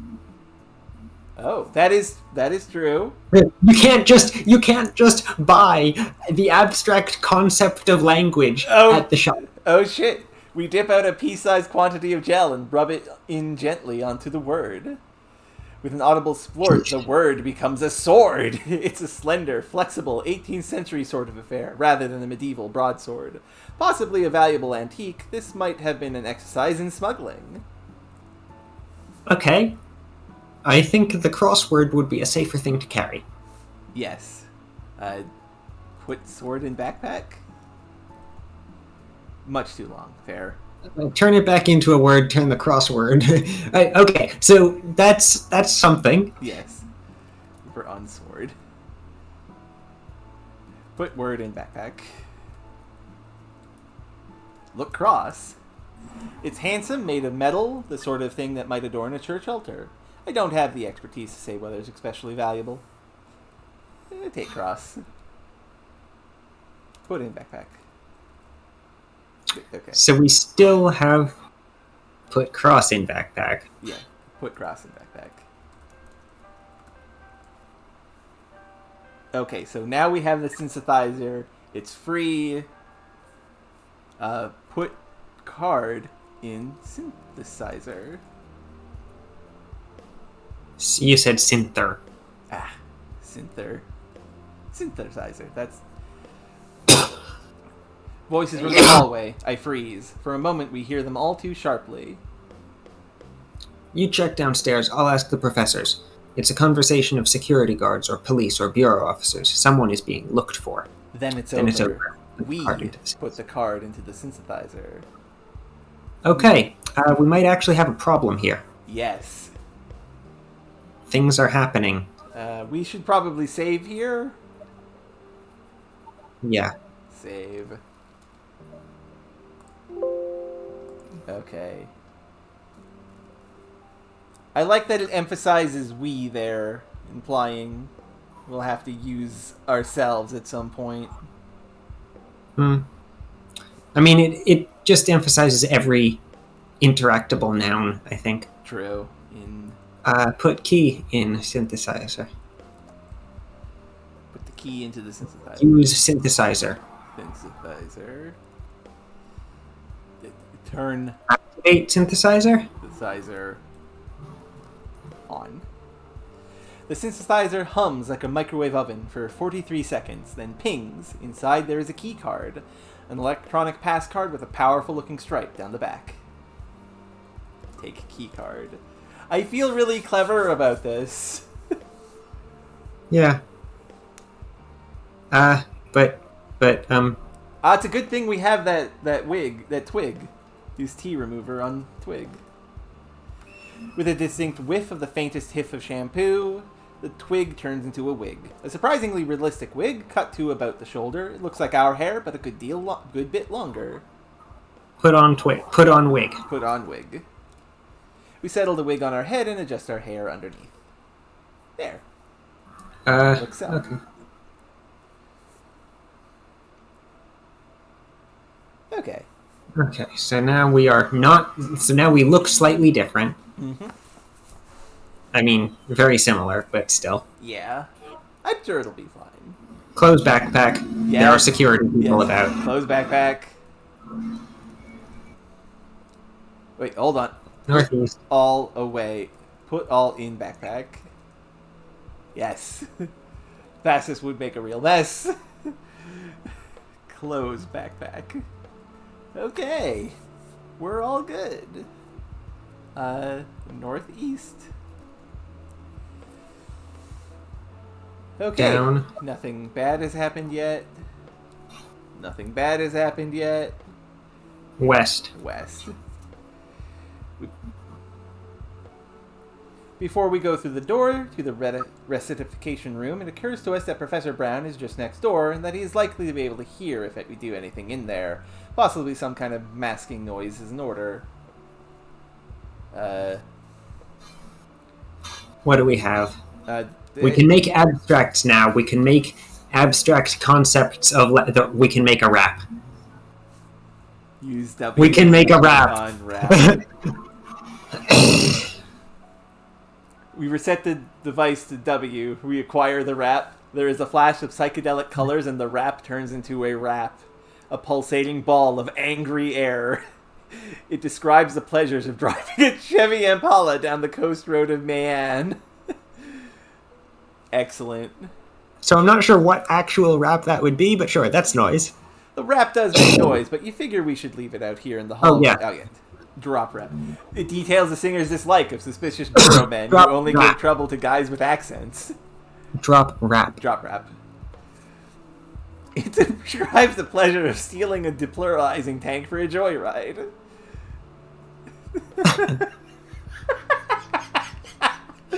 This is pleasant, West. This is where our equipment is brought for a tune-up or to have its legal limits reinstalled or, on very rare occasions, removed. Access to these abilities is tightly controlled by the Bureau. The reclamation machine stands near the door, ready to improve forbidden objects for the use of registered departmental users. It's very ordinary looking, a simple machine which leads with leads able to attach to various linguistic equipment and to read and rewrite the programming.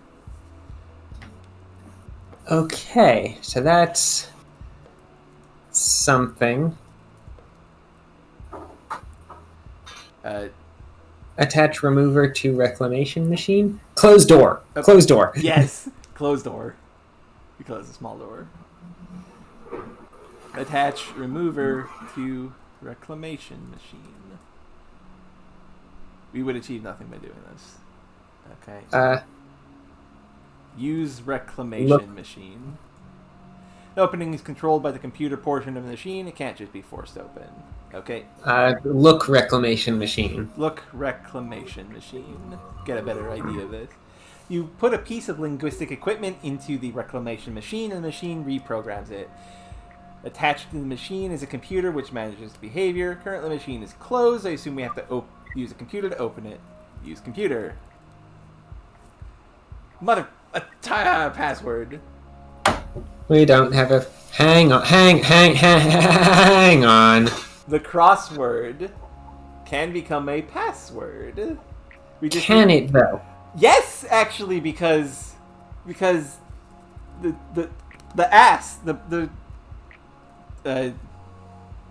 inventory. The pestis. Okay, yes. We have to turn the pastis into pasts. Use I remover remover on pastis.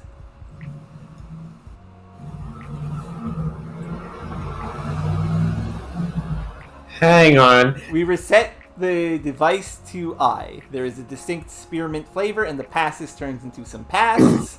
It looks from the side like a shard of glass, but seen straight on, it captures previous events. At the moment, it is replaying us opening the plexiglass case. The game keeps track of everything we did just for this? Yeah, of course. Look, no. Look at the past. Let's see what else it shows. Look at pasts.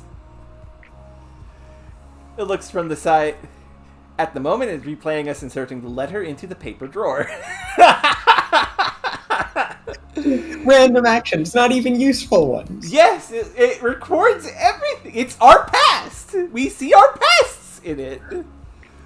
Look at pasts.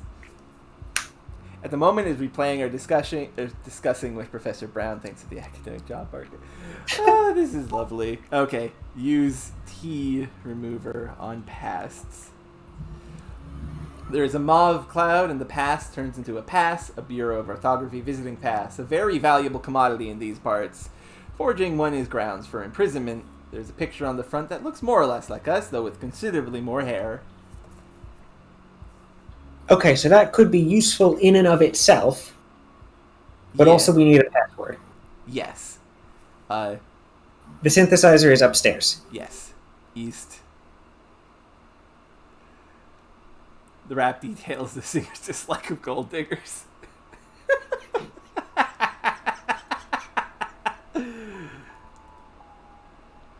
Okay. We also see some screws here. Right, because we disassembled the case. Yeah, those are ours now. Use pass. Put pass in synthesizer. You said out. Out pass. Use. Oh. Put. Yes, I. Put pass in synthesizer. Put. Word. Yes. Put word in synthesizer. Activate synthesizer. Use synthesizer. Turn synthesizer on. Hums microwave oven for 43 seconds, then pings. Inside there is a password. A glowing series of numbers and figures in the air, which changes and flickers now and then, probably responding to its surroundings. It seems unstable just now. Take password. So this is every password. Yes, we have cracked every password. Northeast. Okay. Southeast. Use password. Take out Look password. Look password. Yes, look password. Brown. Fuck. Brown is hot. This isn't actually the one we need. I mean, sure, I guess. The password field vanishes. We can type search terms to look for data records. I just kind of wanted to. Printer. Yeah, but what do we look for? Paper. Type thing. Yes, type paper. Right. Type printer. Type Alex. Type Alex. What's his last name? I think it's Rosehip. Rosehip's Rosehip. Okay, yeah. Darn. Type students. Type professors. Type students. Rosters. The secretary has access to all of the rosters of all students enrolled in any department class, together with add drop history. This reveals that Professor Brown's large Abstractions 101 course has bled steadily and is now at about half his original enrollment, while Higgett is able to command a small but loyal stream of people taking advanced Klingon certification as an independent study. Type Brown. Okay, type Brown. Brown's homepage. Professor Brown's homepage describes an assortment of personal interests I very much doubt he has time to pursue, such as salsa dancing, before delving into a impenetrable description of his research aims and goals. Type index. Index? Yeah, index. Nah, nothing. No index. Type Waterstone. Professor Waterstone's webpage contains his CV, long, and a list of his future speaking engagements, including one set for tomorrow on homonym shame. Type... Yes, music. Type Higgett. Professor Higgett's homepage is illustrated by a picture of herself smiling enigmatically out in the university's oval, followed by links for various courses she teaches, such as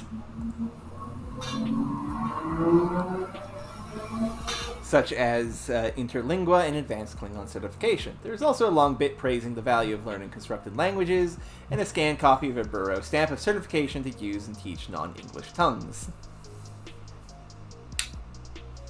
Okay, type Rose Hips. Type Rose Hip. Okay, so no, there's nothing on Alex.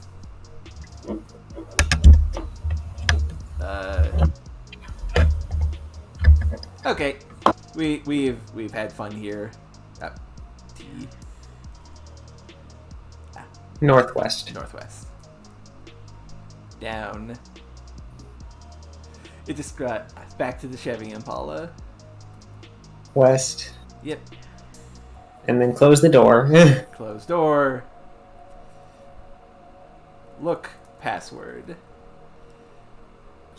Okay, this one is actually a good password. This is a good password.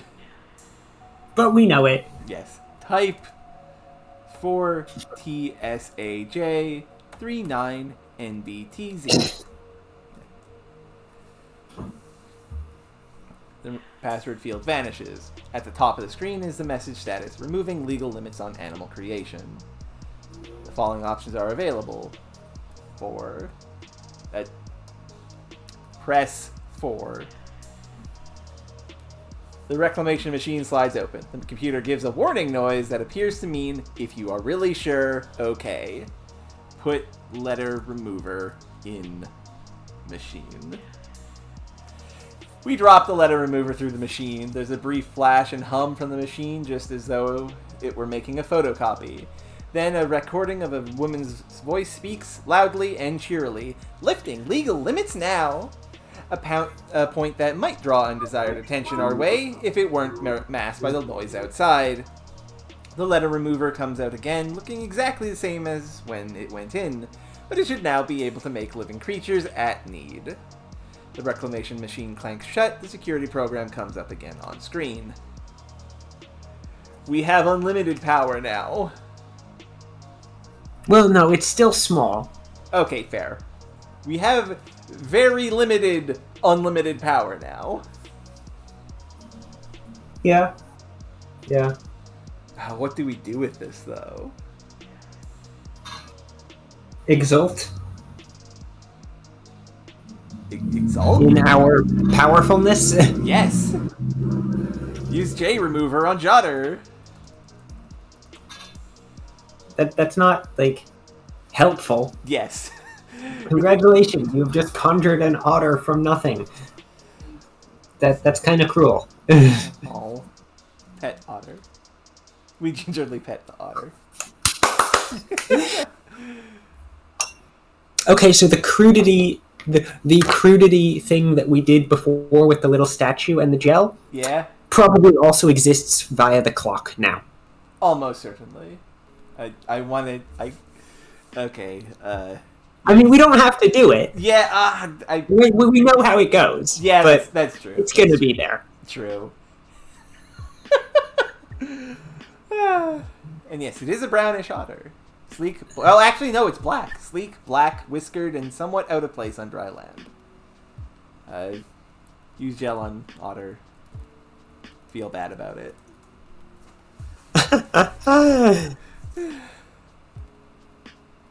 Take Jotter. Okay, put all in backpack. Okay, so now we have more options. Uh-huh. But we still don't actually have the invitation. Right? We still haven't actually got our goals. That is true. Shit. Right? We have significantly expanded our options. Yeah. But yeah, no, we have not. We could gain I mean, interest. we can gain entrance to the bureau with the pass. Yeah, that is a thing. We We will that. want to put the origin paste on the pass because I'm sure they're going to check. Yes.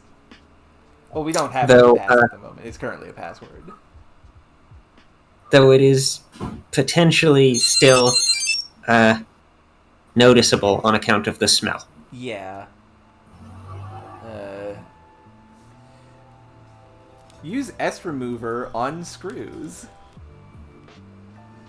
With a distinct whiff of deodorant, the screws turns into a screw. 5 or 6 is extremely hard to count. Swarthy sailors. They look buff and burly and have very thick eyebrows. The crew look rather awkward and clamber out of our ineffective hold onto solid ground. Why? Use gel on crew. I just... Thanks, Bruce. I just... experimenting. I like making things. Yeah, but also, like, cruelty? It is super cruel. I'm sorry. I'm sorry. What do we have for score? Right, what letters have we not removed from things? That is true. Score. We have got points for a lot of things. Yes. We have not removed G, K, Q, R, V, Y, and Z.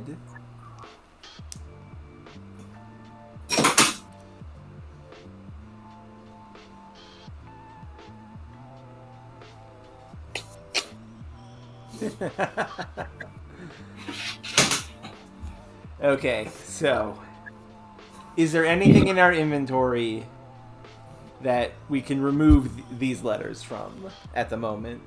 G, K, Q, R, V, Y, Z.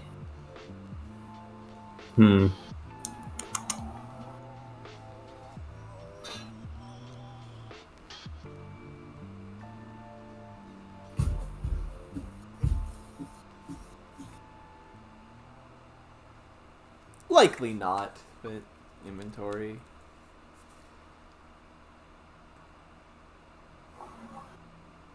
Okay.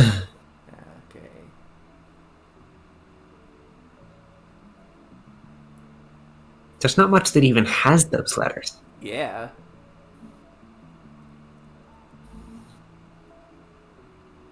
We can make that ba now. Yeah, I guess. I want to see what a ba is.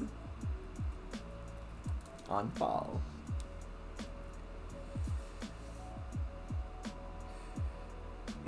Okay, it's exactly what I thought it was. It's a representation of the soul as seen in Egyptian religion, a bird with a tiny human head. It has black hair and blue eyes and a knowing smile.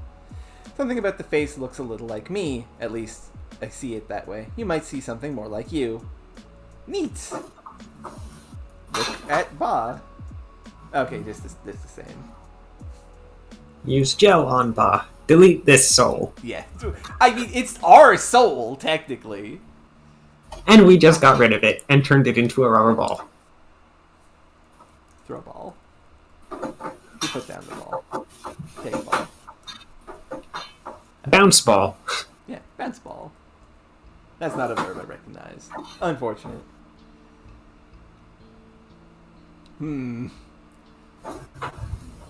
So yeah, this is still kind of difficult. Yeah. With regards to the bit about, you know. We could make an it.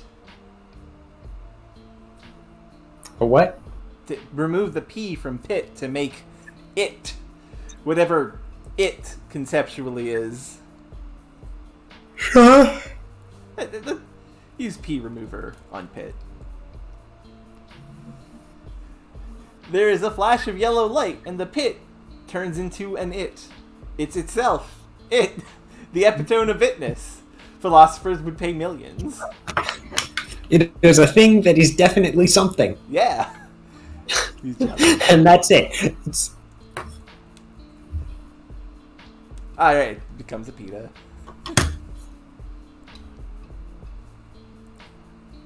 Take pita.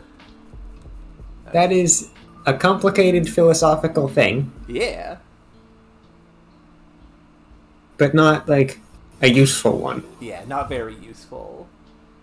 But, I think, given we've spent the last bit experimenting with things, I think this is a good point to leave it for today. How are you? How are you feeling? last time we did it when we cleared out a bunch of goals. Yeah. But like when we cleared out all of our original goals. But this time, I get the feeling that we're not going to have another point of narrowing. Yeah. Right? If we resolve any of these, it is going to immediately turn into probably several other things. Yeah. It's not right because it's like we get the invitation. Okay, so getting the invitation could be something, right? If we are trying to, right, getting the invitation could be something, because, right, it could be a stopping point. But I have no idea how we would go about doing that. Yeah. Getting entrance to the bureau is going to immediately have a lot of stuff going on. Yes. We are, and yeah, like Knight said, we've gotten a lot of important things done. We have unlocked nigh unlimited power asterisk. So we are now poised to slam face first into a bunch of stuff next time. And it is a bit open. Yeah. And it's really impressive, honestly, how, like, with all of the things that are in this game, the designer must have been really careful to, like, think of exactly what... Right, coming up with a list of things that make sense, that resolves the problems. Some of them are just random objects that were nearby.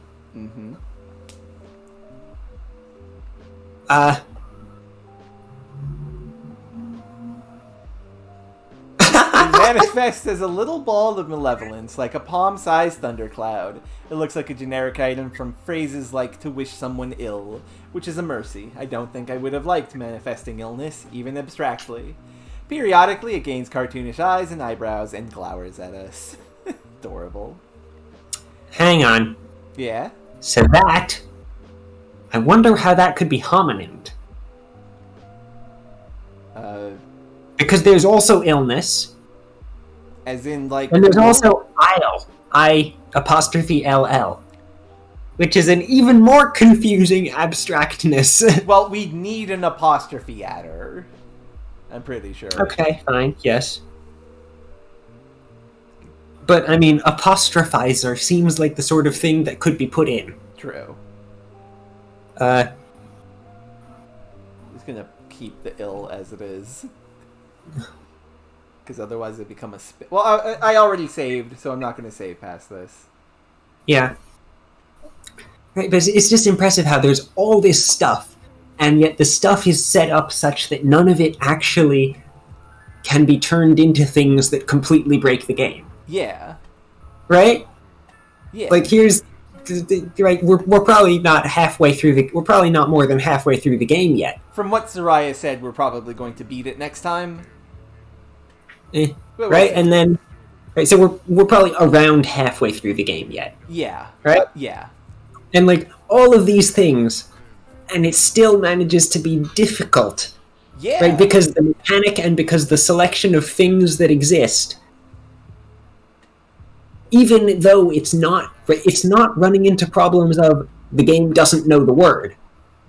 Yeah. Right? It just still... And it does things like it registers the word doff, which is cool. Yeah. Right? And it just the amount of work that must have gone into making sure that there was no noun in the game that would do something that couldn't be handled within the already established rules of the game. Yeah. Right? Yeah. It's hang on. impressive. Hang on. There was a hedge in that kudzu. Can we do anything with the hedge in the kudzu? We could turn it into an edge.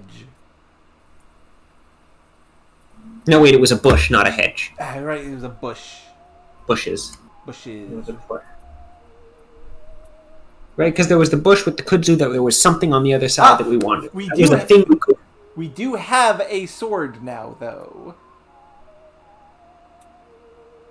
True. So, I've already saved, so we're not going to save again, but go... Where was it? Rogue close.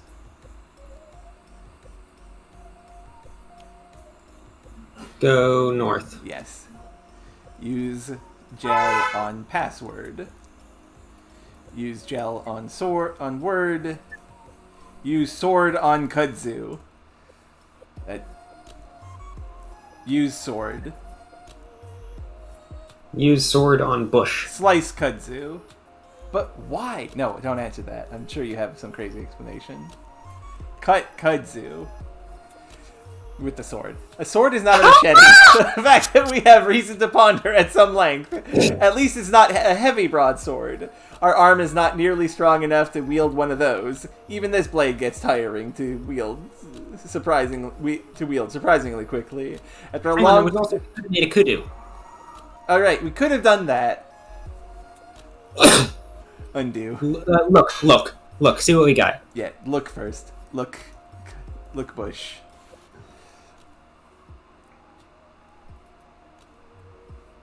Look behind bush. Shrine. Okay, there is stuff going on here, but we were going to end. Let's pick up with this. Noticing again since built into the wall. Oh yeah, we will deal with this next time. Thank you to all who stayed just a little longer after our outro to see this nonsense. But yes, we will see you all next time. Thank you all, and have a good day.